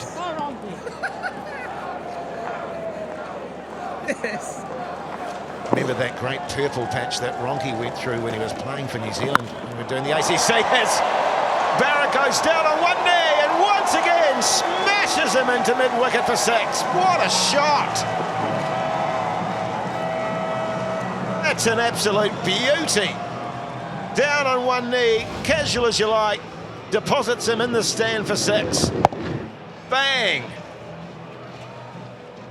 Well, as we know, Geordie Barrett's got fantastic timing. He showed it in rugby, he showed it in cricket, he showed it in the barbershop quartet that he was in as a young man. The Barrett tones there in Taranaki. What was that Geordie in the baritones? Was he the... He was bass. Okay, yeah. sitting in a nice bubbling tub of hot water, maybe with a cheeky Chardonnay or something like that, as this is dabbed by Jay Ordiner to Kyle Mills, and there's no run. Our Team Cricket needs a breakthrough here. Another couple of wickets, one, and then Team Rugby's in a lot of trouble. This is a nice shot from Jay Ordiner, smashes him through cover, and oh, nice diving save from Nathan McCullum, and he picks himself up gingerly off the ground. I don't actually think there was a dive needed there. I think he was just doing that for effect, and now he's really regretting it. I think he almost overran the ball, and then he ended up planting his body on top of it, giving himself a fair amount of discomfort.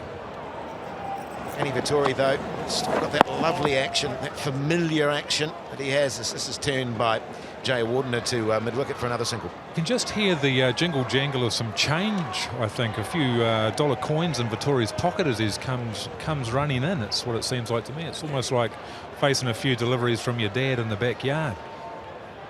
Well, he's made a lot of money, hasn't he, as an international player, and there's just money on him in his pockets, in his house, and his...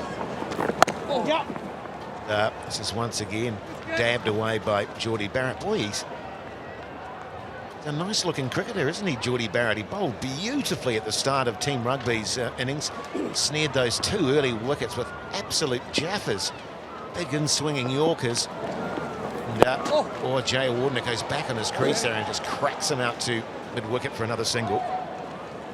And he's Geordie Barrett smashed a couple of sweet 6s into the stand as well.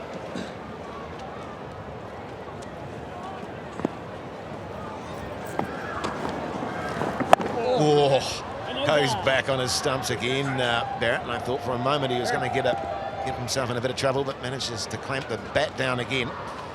66 for 4. Well, it's pretty tense stuff, isn't it? You'd have to say, Jace, Matt. It's all on the line here. You could say that either tie, as you were saying, Matt, it's very evenly poised. It could go either way. You just sort of feel like if Jay Wardner decides to start unleashing a few lusty blows, it'll swing the pendulum back towards Team Rugby. By the same token, you know, we've got the hairy Jav coming back in from the looks of it to deliver another over. And he's been bowling pretty well as well. So very evenly poised. You can feel the tension in the crowd out here, I can tell you what. Absolutely. 52 runs required, 42 balls remaining. 7.43 required, 6 wickets in hand, but we'll be well into the tail.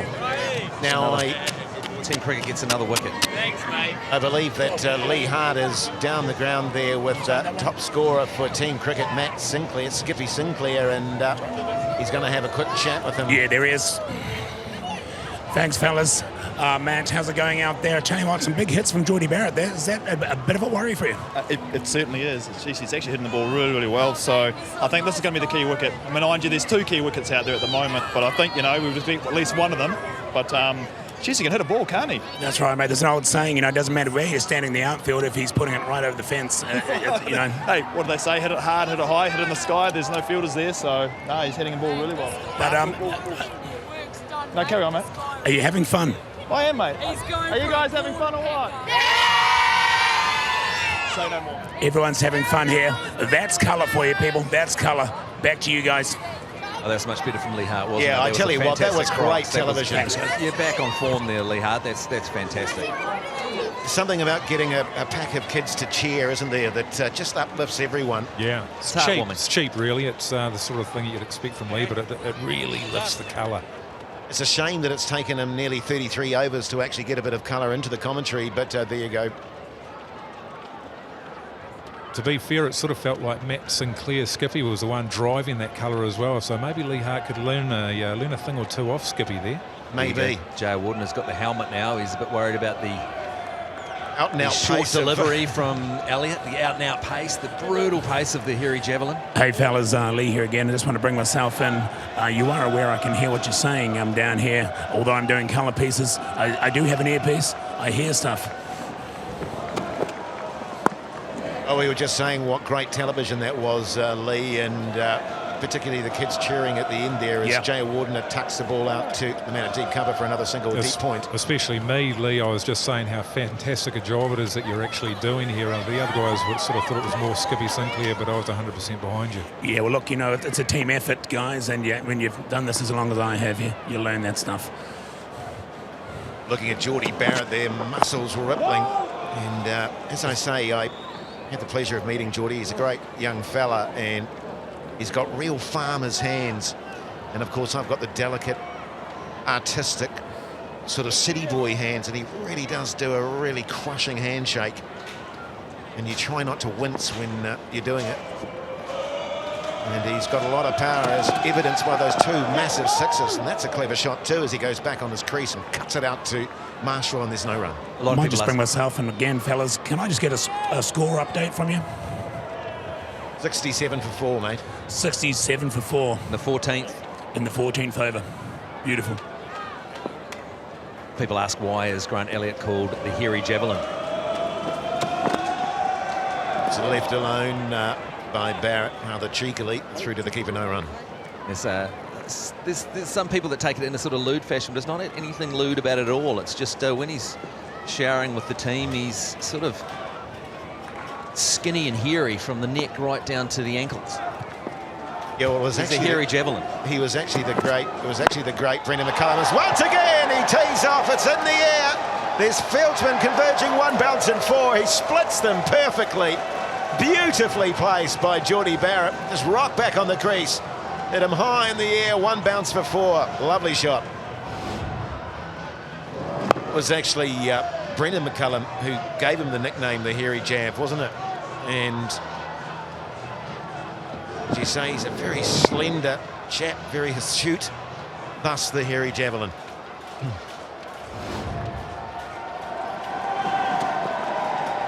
On a full slow delivery, and I don't know if Elliott got a touch on that because it cannoned into the stumps at the other end, and there's no run. So rugby 71 for 4 of that happening, but it seems like he's okay as Vittori bowls to him, and he clips this nicely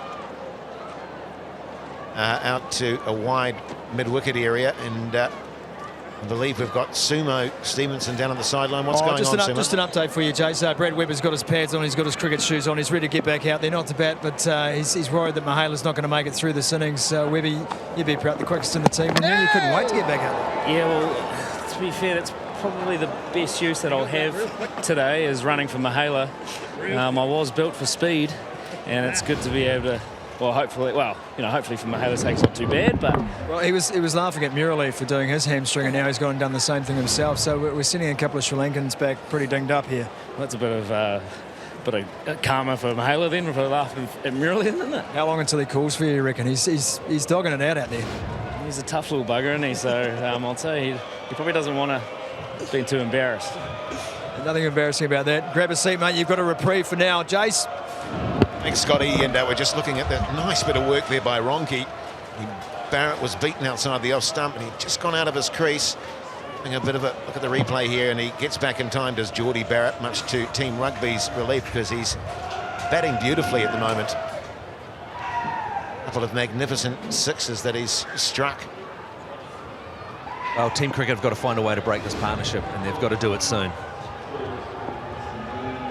It's interesting that Jay Warden having hamstring issues. I guess that was a big worry for all the players out there. They probably needed 3 or 4 men in reserve just in case a couple of these older athletes pulled up lane.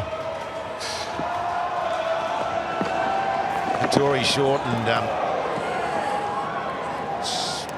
G'day guys, Lee here again, just down on the field, as you know, getting colour and the vibe down here, which is fantastic, by the way. The stadium's pretty much full now. People are coming enough to work.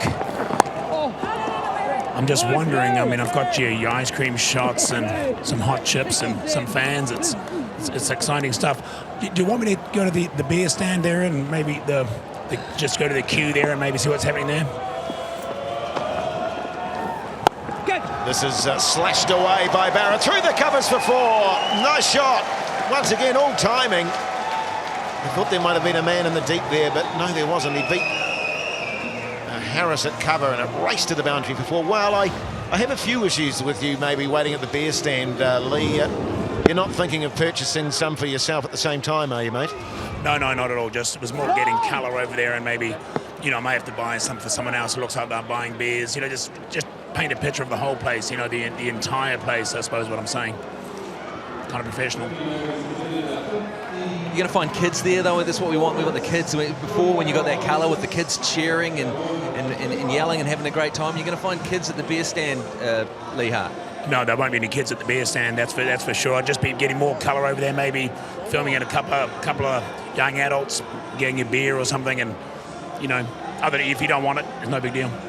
No, we want it. No, we want it. No, you go do it. We want it. We'll see it. We might as well try, see how it goes, and then we'll tell you what we thought of it afterwards. But if you want to come down here and try and do it yourself, Matt, that would be fine. But you know, it's not easy. No, I'm doing a great job up here, Lee, and you're doing a great job. Oh, you are doing a great job. Oh, thanks, Lee. Sort of. So the hairy jab to bowl now to Jay Wardner. And now this is wide, and I think it's going to be called wide. Yes, it is. He's got a hell of a run-up. I don't remember Elliott having a run-up this big before. I think he's maybe trying to intimidate Jay Wardner. But that's very hard to do when you're bowling about 115, 120.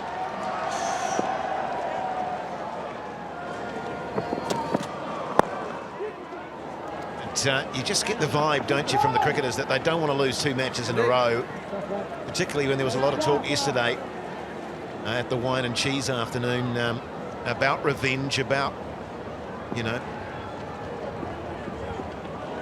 saving face a little bit. That was a 50 partnership between these two batsmen, incidentally, for those of you that care, as Elliott comes in and bowls. And this is again teed off in the air, but there's a fieldsman underneath it. Oh, what a catch! Brilliant! Andy Lee, what a gem! It was high in the air. He was backpedaling. It was right on the boundary rope. He's a big man anyway. He reached up tall and just plucked it out of the night sky. And that's sensational stuff. It's like you say there, isn't it, Matt Heath? It seems like every single Australian is fantastic at cricket. He's shown he's pretty good with the ball, and that is an absolutely unbelievable catch in the outfield. You won't see better from anyone.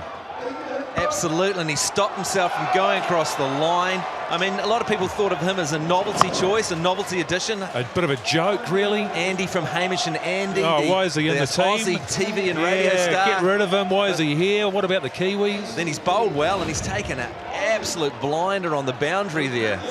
And that turns things in favour of team cricket. Geordie Barrett, great innings out there, mate, but I suppose there's not so much to complain about when you see a catch like that. No, that's right. It was a specky, so what can you do? Jay Wardner batting with him, mate, one of the greats of all time. That must have been a lot of fun. Yeah, I feel sorry for him. He hasn't got any strike. I can't hit singles, and it was a bit of block bash, so hopefully he can face a few more. What do you reckon, mate? This game's right on the edge at the moment. Yeah, we're in a position where we can win it, so hopefully these boys tee off. Right, mate, great to see you bat out there, George. Thanks, buddy. Oh, that was just a magnificent catch. Well, Jason Spice, mate, you're a captain of this team. You're a leader amongst men. You've been sitting there for a long time waiting for an opportunity. You get to bat with Mahela now, but these cricket boys after that, they'll have their tails up for sure. Yeah, it hasn't quite gone clean, but I thought my night was over, so obviously we've got a lot of work to do now. So, as he did say, you'd rather be at the pub by now, but you've got to go out there and perhaps even save the day here. You've got it in you? I've got my mate here. He's going to do most of it, I hope. So I'll just do my best to support him.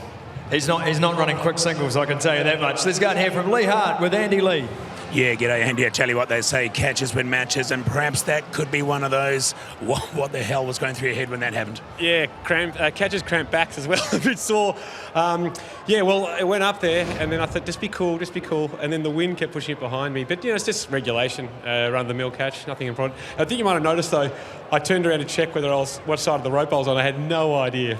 About 10 minutes earlier, we sort of joked about this before, about how nowadays those kind of catches are, done by the top cricketers. It's exactly what you did. Oh, I think they know where the rope was. I was just lucky.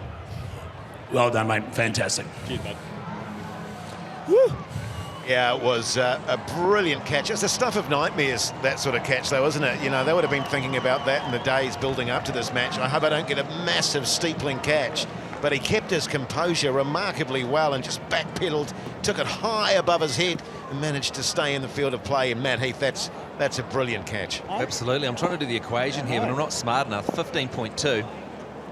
Over's gone. Certainly getting tight as Jay Wardner gets a full delivery, which he whips out to wide long on, and they'll get another couple of runs, and he's really struggling. Jay Wardner, it's like he's running into a headwind at the moment.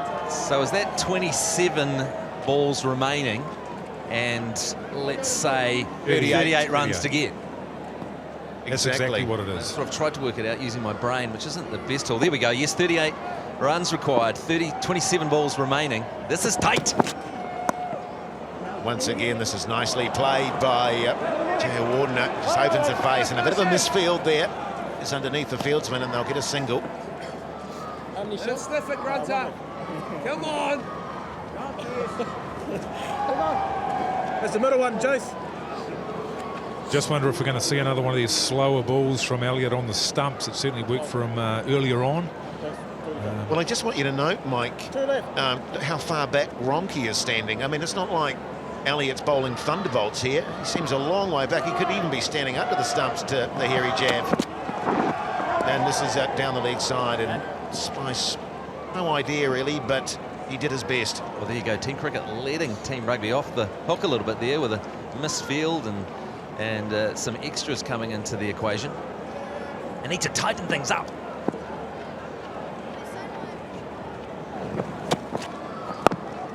Nicely defended by Spice. And, there's been some beautiful defensive shots today, isn't there?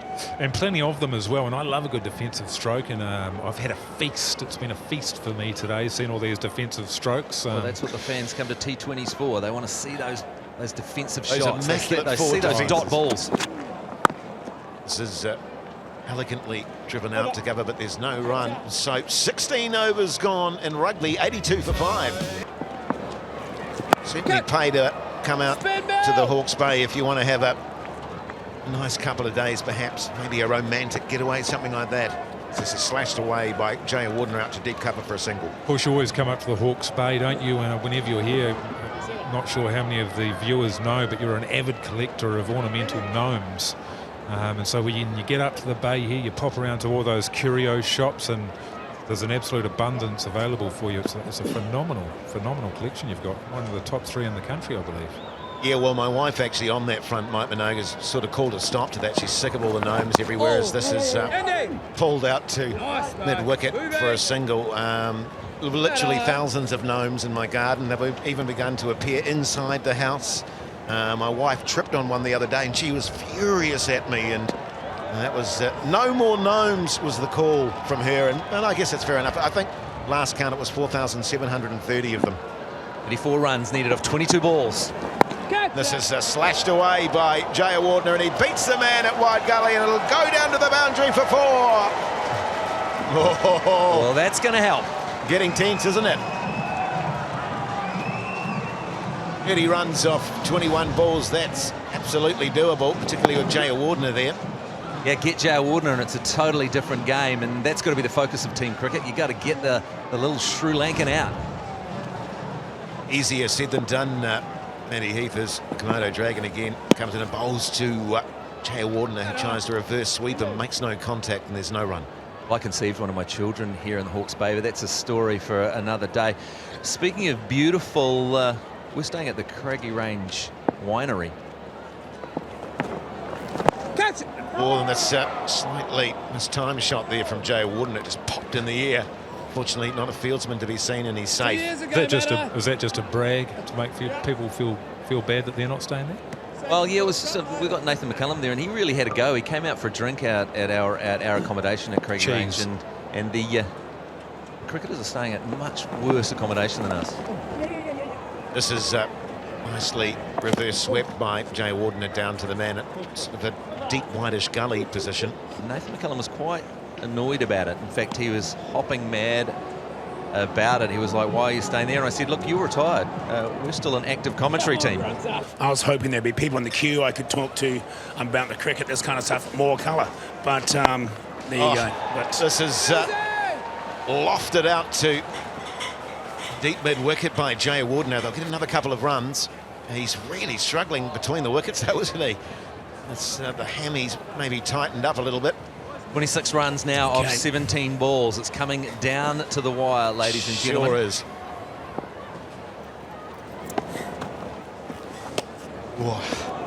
Crooked delivery there from Vittori, the wily old customer that he is. His magnificent beard he's running. Change of pace, the guile, the dot balls. I think he's actually got the Ratatouille rat in his beard that's just instructed him how to bowl. It's nicely slashed away by Jay Wardner. Down to man at a backward point, and he'll get just the single. I think his legs are just about giving up on him now.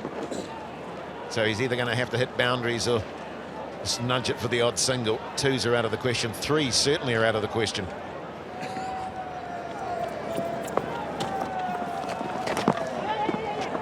Now this is, I think, a little bit of a bottom edge from Spice, and it beats Ronke, and they'll get another couple of runs. In fact, I don't think we've seen a 3-run today, have we? I think it's probably beyond the capabilities of most of the players. I think we did see Chris Harris. Did he run a 3? Yeah, did he? He worked his way through 3 runs, and we sort of thought, well, it's putting a lot of pressure on the surgeon's work there on his hips that have both been replaced multiple times. And Spice comes down the pitch and then ends up defending. Beaten in the ear a little bit by Vittori. Wouldn't mind just checking that Lee Hart's actually moved away from that beer queue and he isn't actually drinking that beer that he bought, because that'd be unprofessional.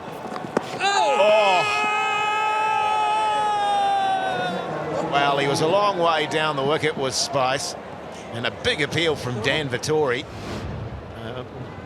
Didn't actually look to be too bad a shout, to be honest. It looks pretty good to me. It's the fourth plum shout of the day. It's hard to get an LBW at Mclean Park today. It certainly is.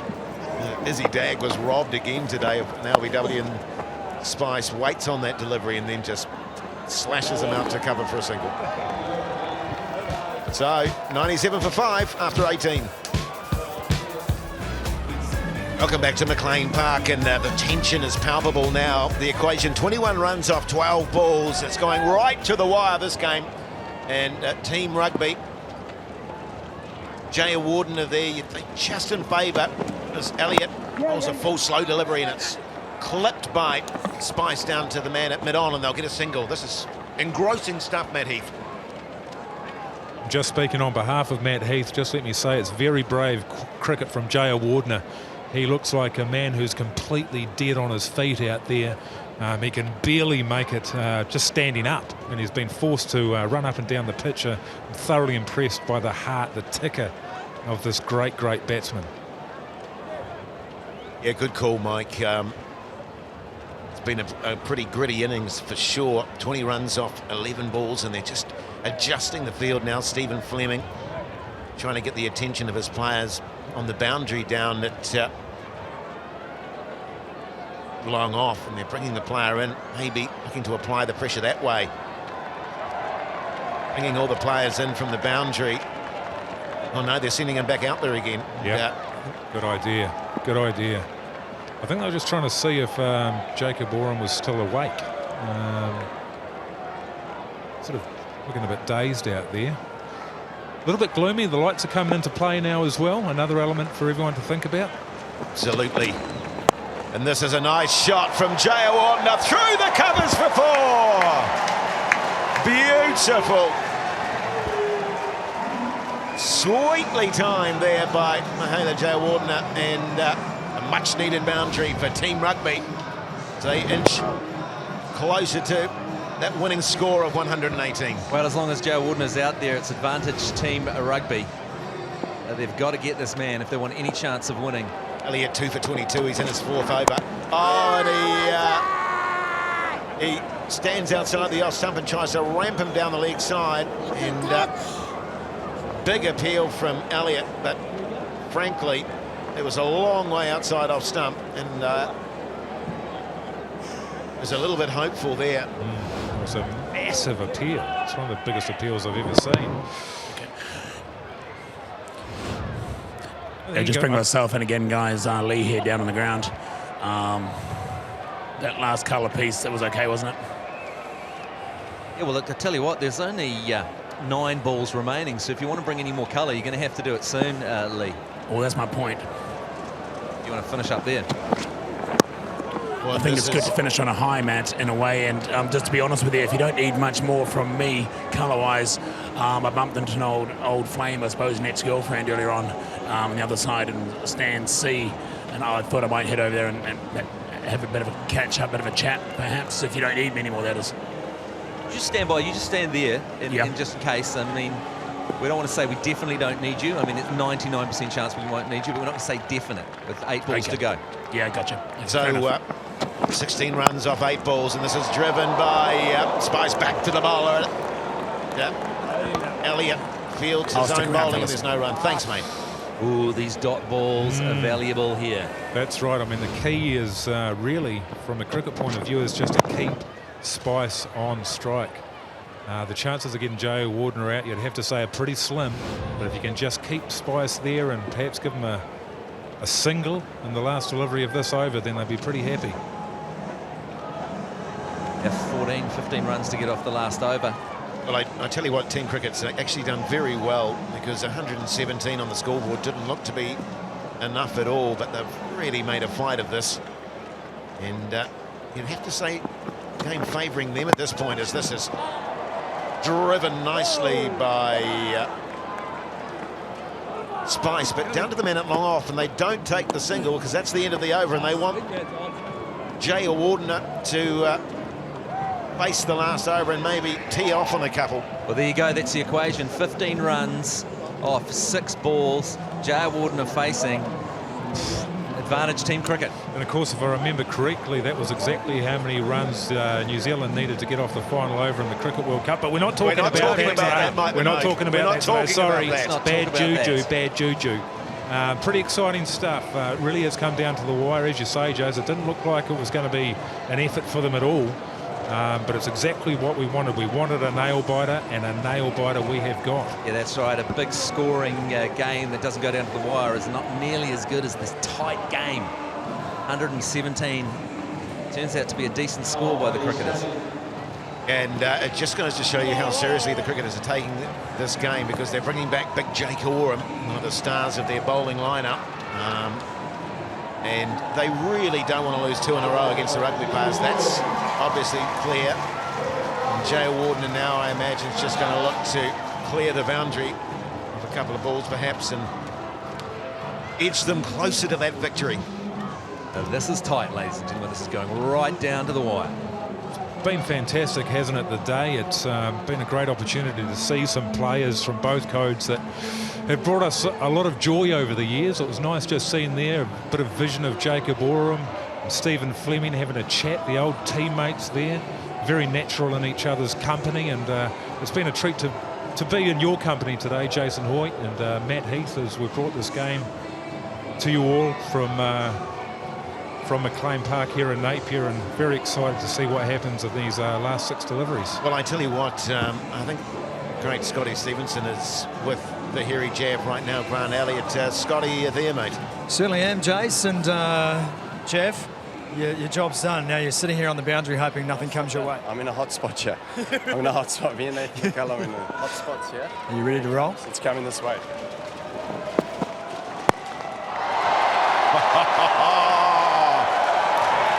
Well, it's technically gone the other way, Grant, but you're right. There is a hot spot. Jay Wardener, you've got to keep him off strike. He likes this. He likes it. I mean, obviously he comes from a rugby pedigree, so he's not used to these situations. This will be tough for him, dealing with the pressure on the cricket field now. Jake Oram hasn't played a game in 4 years, and you've given him the last over. Oh, well, yeah. He's bowled well. Oh, I haven't given him the last over. Well, I don't have a say.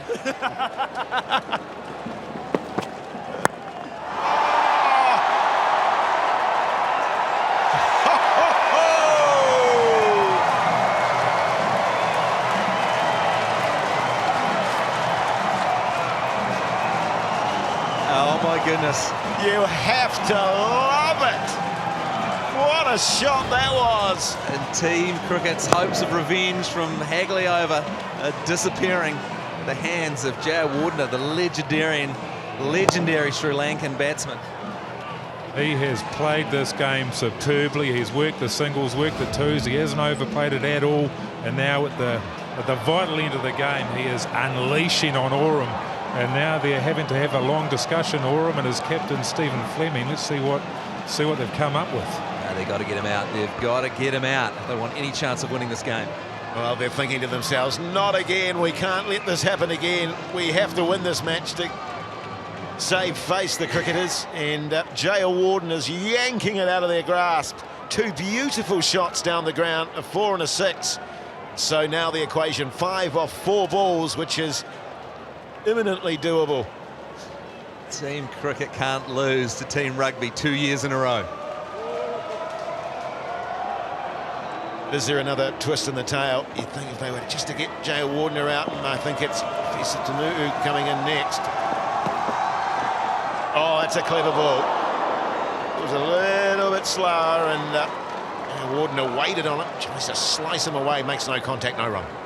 You can see he's really taken it seriously, isn't he, Jaya Wardner there? A bit of respect to Oram for that delivery. It did fool him, but he definitely wants to win.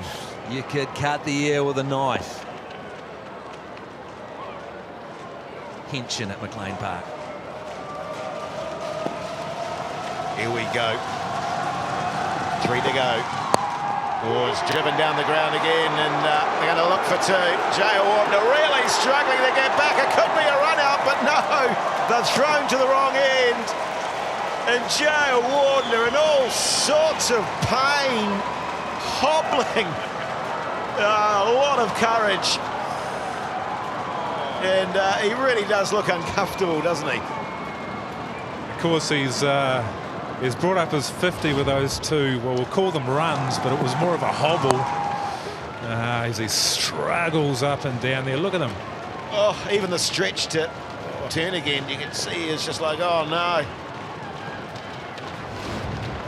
So 3 off 2 balls, and can Team Rugby take it out once again? A dot ball and a wicket here is what's needed.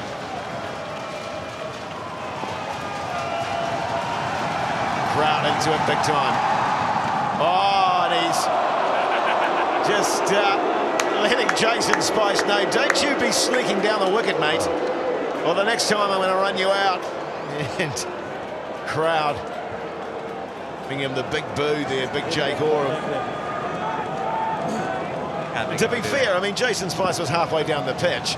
You know, you've got to kind of stay. He didn't do it. It was a warning.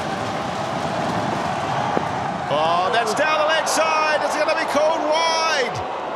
What? Surely. No. It's not called wide. Wow. That's interesting. They said that he moved across, but from what I could see there, his feet were 100% frozen to the spot. That looked like a wide to me. 3 runs off 1 ball. It couldn't be more exciting, ladies and gentlemen. Oh, this is great stuff. Last ball of the innings, 3 to win. Crowd getting right behind it. And here we go. And he launches him down the ground. It's in the air. Is the gun going to be taken? It is! Oh! And Team Cricket claim the victory, much to their relief. A great catch. Was that Andy Lee again on the... Andy Lee from Hamish and Andy fame, the Australian broadcaster, taking 2 catches in the deep. He's really contributed today. Oh, that is just brilliant stuff. What a great knock from Jaya Wardner as well. And Andy Lee, his heart would have been in his mouth when he saw it coming towards him, but he took it very calmly indeed, didn't he? Oh, for a guy that's a TV star, a comedian, a radio host, he plays a pretty bloody good game of cricket, doesn't he? Very safe hands. And to catch Jaya Wardner on the last ball of the game, absolutely incredible. Well, I'd say with all his successes, that's going to be one of the things he remembers for the rest of his life. Andy Lee, fantastic. And that's revenge for Team Cricket, but you've got to say, Team Rugby took them right to the wire. They certainly did, Matty, and you could see the boys in the rugby team there. They were gutted. They thought that he was going to clear the boundary, and I think we're going to go down now to Scotty J. Stevenson. A bit of a chat to some of the players. What a great match. Oh, Jay, it's fantastic stuff. Jacob Ora, mate, you said it's been about 4 years since you had a game of cricket, and Flem gives you the last over of the game. How are the nerves? And about 2 balls left in that 19th as well. It's all right. It's good. I actually enjoyed that more than I thought I would, to be fair. Body is very sore, and you can tell I'm puffing a bit, but it was good fun to play Mihaela, who I had a lot of games against, and obviously Murali was good fun. Did you ever imagine a scene like this, Mclean Park, playing against a guy like, as you said, Mihaela Jayawardena in this kind of game? No, I mean, I played him in a Masters League a few years ago, and actually played with him for the Stags as well, and it's good fun to be back out on the park and against some obviously legends in another sport, but again, good fun out here to run around. As I said, I'm more excited than I thought I was, and for the likes of Dan, Kyle, Nathan, Harry, Flem, all those guys I played with, just excited to be back. And a great crowd here too at Mclean Park. I'm sure they've enjoyed themselves, and cricket getting over the line in the last ball of the match, basically. Yeah, I mean, that was always the plan, wasn't it? It's like kids round, is it always, what's the score? And it's a tie till the last over, but it was, this was I'm not from Napier, great weather, but, being a Central Districts player, Napier's a home, so it's nice to be playing here in front of a home crowd and good support as always. Oh, mate, great to see you, Jake. Go and enjoy, catch up with your teammates, mate. Enjoy the victory too. We'll come over here because Mihaela Jayawardena, who's just shaking hands with the coach himself. Mihaela, what an entertaining innings, mate. How's the body, first of all? Are you okay? I think I'm going to get up sore tomorrow, pretty much. But it was good fun. It was very good fun. It was good to be, back here. Play a couple of seasons for CD as well, so hometown played. I mean, I thought I put Daniel Vittori, Jacob Oram behind me, but I had to face them again. It was good fun out there in the middle. Yeah, we congratulate Team Cricket, but we're here first from Team Rugby. Israel Dag, the co-captain. Daggy, come over here, mates. You guys were living every ball right at the end there in the tunnel. I thought Mihaela was going to get you across the line for a second there. Yeah, we thought that. 15 off the last over, he came out hissing 6 and a 4. So we're pretty pumped, but Team Cricket, they got home in the end, and their whole team played well. 117, we thought we could get that, but they bowled very well, and you can see at the end they were pretty up for it, and it's pretty tense. Awesome day out, mate, especially for you guys coming back here to Napier. Yeah, it's a great day out, so thanks to everyone that's come out, and thanks to the lads from Sri Lanka that come over, and especially Andy Lee. He took some screamers out there. We were hoping he'd drop it as anyone, but he was going to him. I was like, maybe he'll drop it. No, he's took it. So that was a great day, and cricket was the winner on the day. What a match. Perfect, mate. Great to see you, Daggy, as always. Enjoy the rest of your year, mate. I'll head you back to your team. We'll get Stephen Fleming in, victorious captain this year, Flem. Congratulations, mate. You've got a smile on your face. I think you're quite chuffed with that. Oh, it's the only time today, but it was great. We were under huge pressure when we batted. We got nervous in the shed. Guys who hadn't played for a little bit came up against some good bowling, and sometimes just little wicket to wicket and good fields, and you had a couple of great pros with Mihaela helping out and Murali there as well. So they were a good side, and we were lucky to scrape through to 117. Great to see Big Jakey with the ball right at the end there. A lot of trust. Oh yeah, the first couple of balls were full of drama, but he delivered well. And the general feeling when we didn't have enough runs was quite nerve-wracking. So we had to go very hard, which is a sign of how well they played. And just a good competition, a good game in the end. No, it's been a fun day out, mate. We've got Aaron Sampson here from Hot Springs Spas, the sponsor of today's event, and he's going to present you, Mr. Fleming, with the Lomu Crow Trophy. Ladies and gentlemen, your 2020 Hot Springs Spas T20 Black Clash winners, Team Cricket, ladies and gentlemen.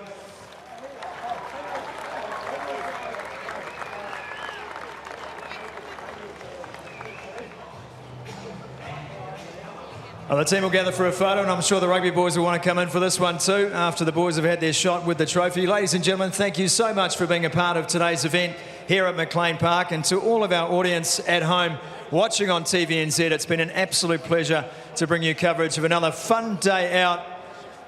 There's been a great show. Kids on the bench and some very smiling faces here. Famous faces they are too. Some of the finest cricketers, and even an Aussie import with his clutch pair of hands taking the catch right at the end of the match. To our rugby boys, well played lads, and to our guests, especially to Murali and Mahela, who have come all the way from Sri Lanka to be a part of this day out. We really appreciate it as well. Always a fun day, the Black Clash. And on behalf of the alternative commentary team, Jason Hoyt, Matt Heath, Mike Minogue and Lee Hart, this is Scotty Stevenson wishing you a very safe and happy weekend. From Napier, we're all done. Today's broadcast coverage of Black Clash 2020 is proudly brought to you by Heartland Bank. Welcome to Banking Differently.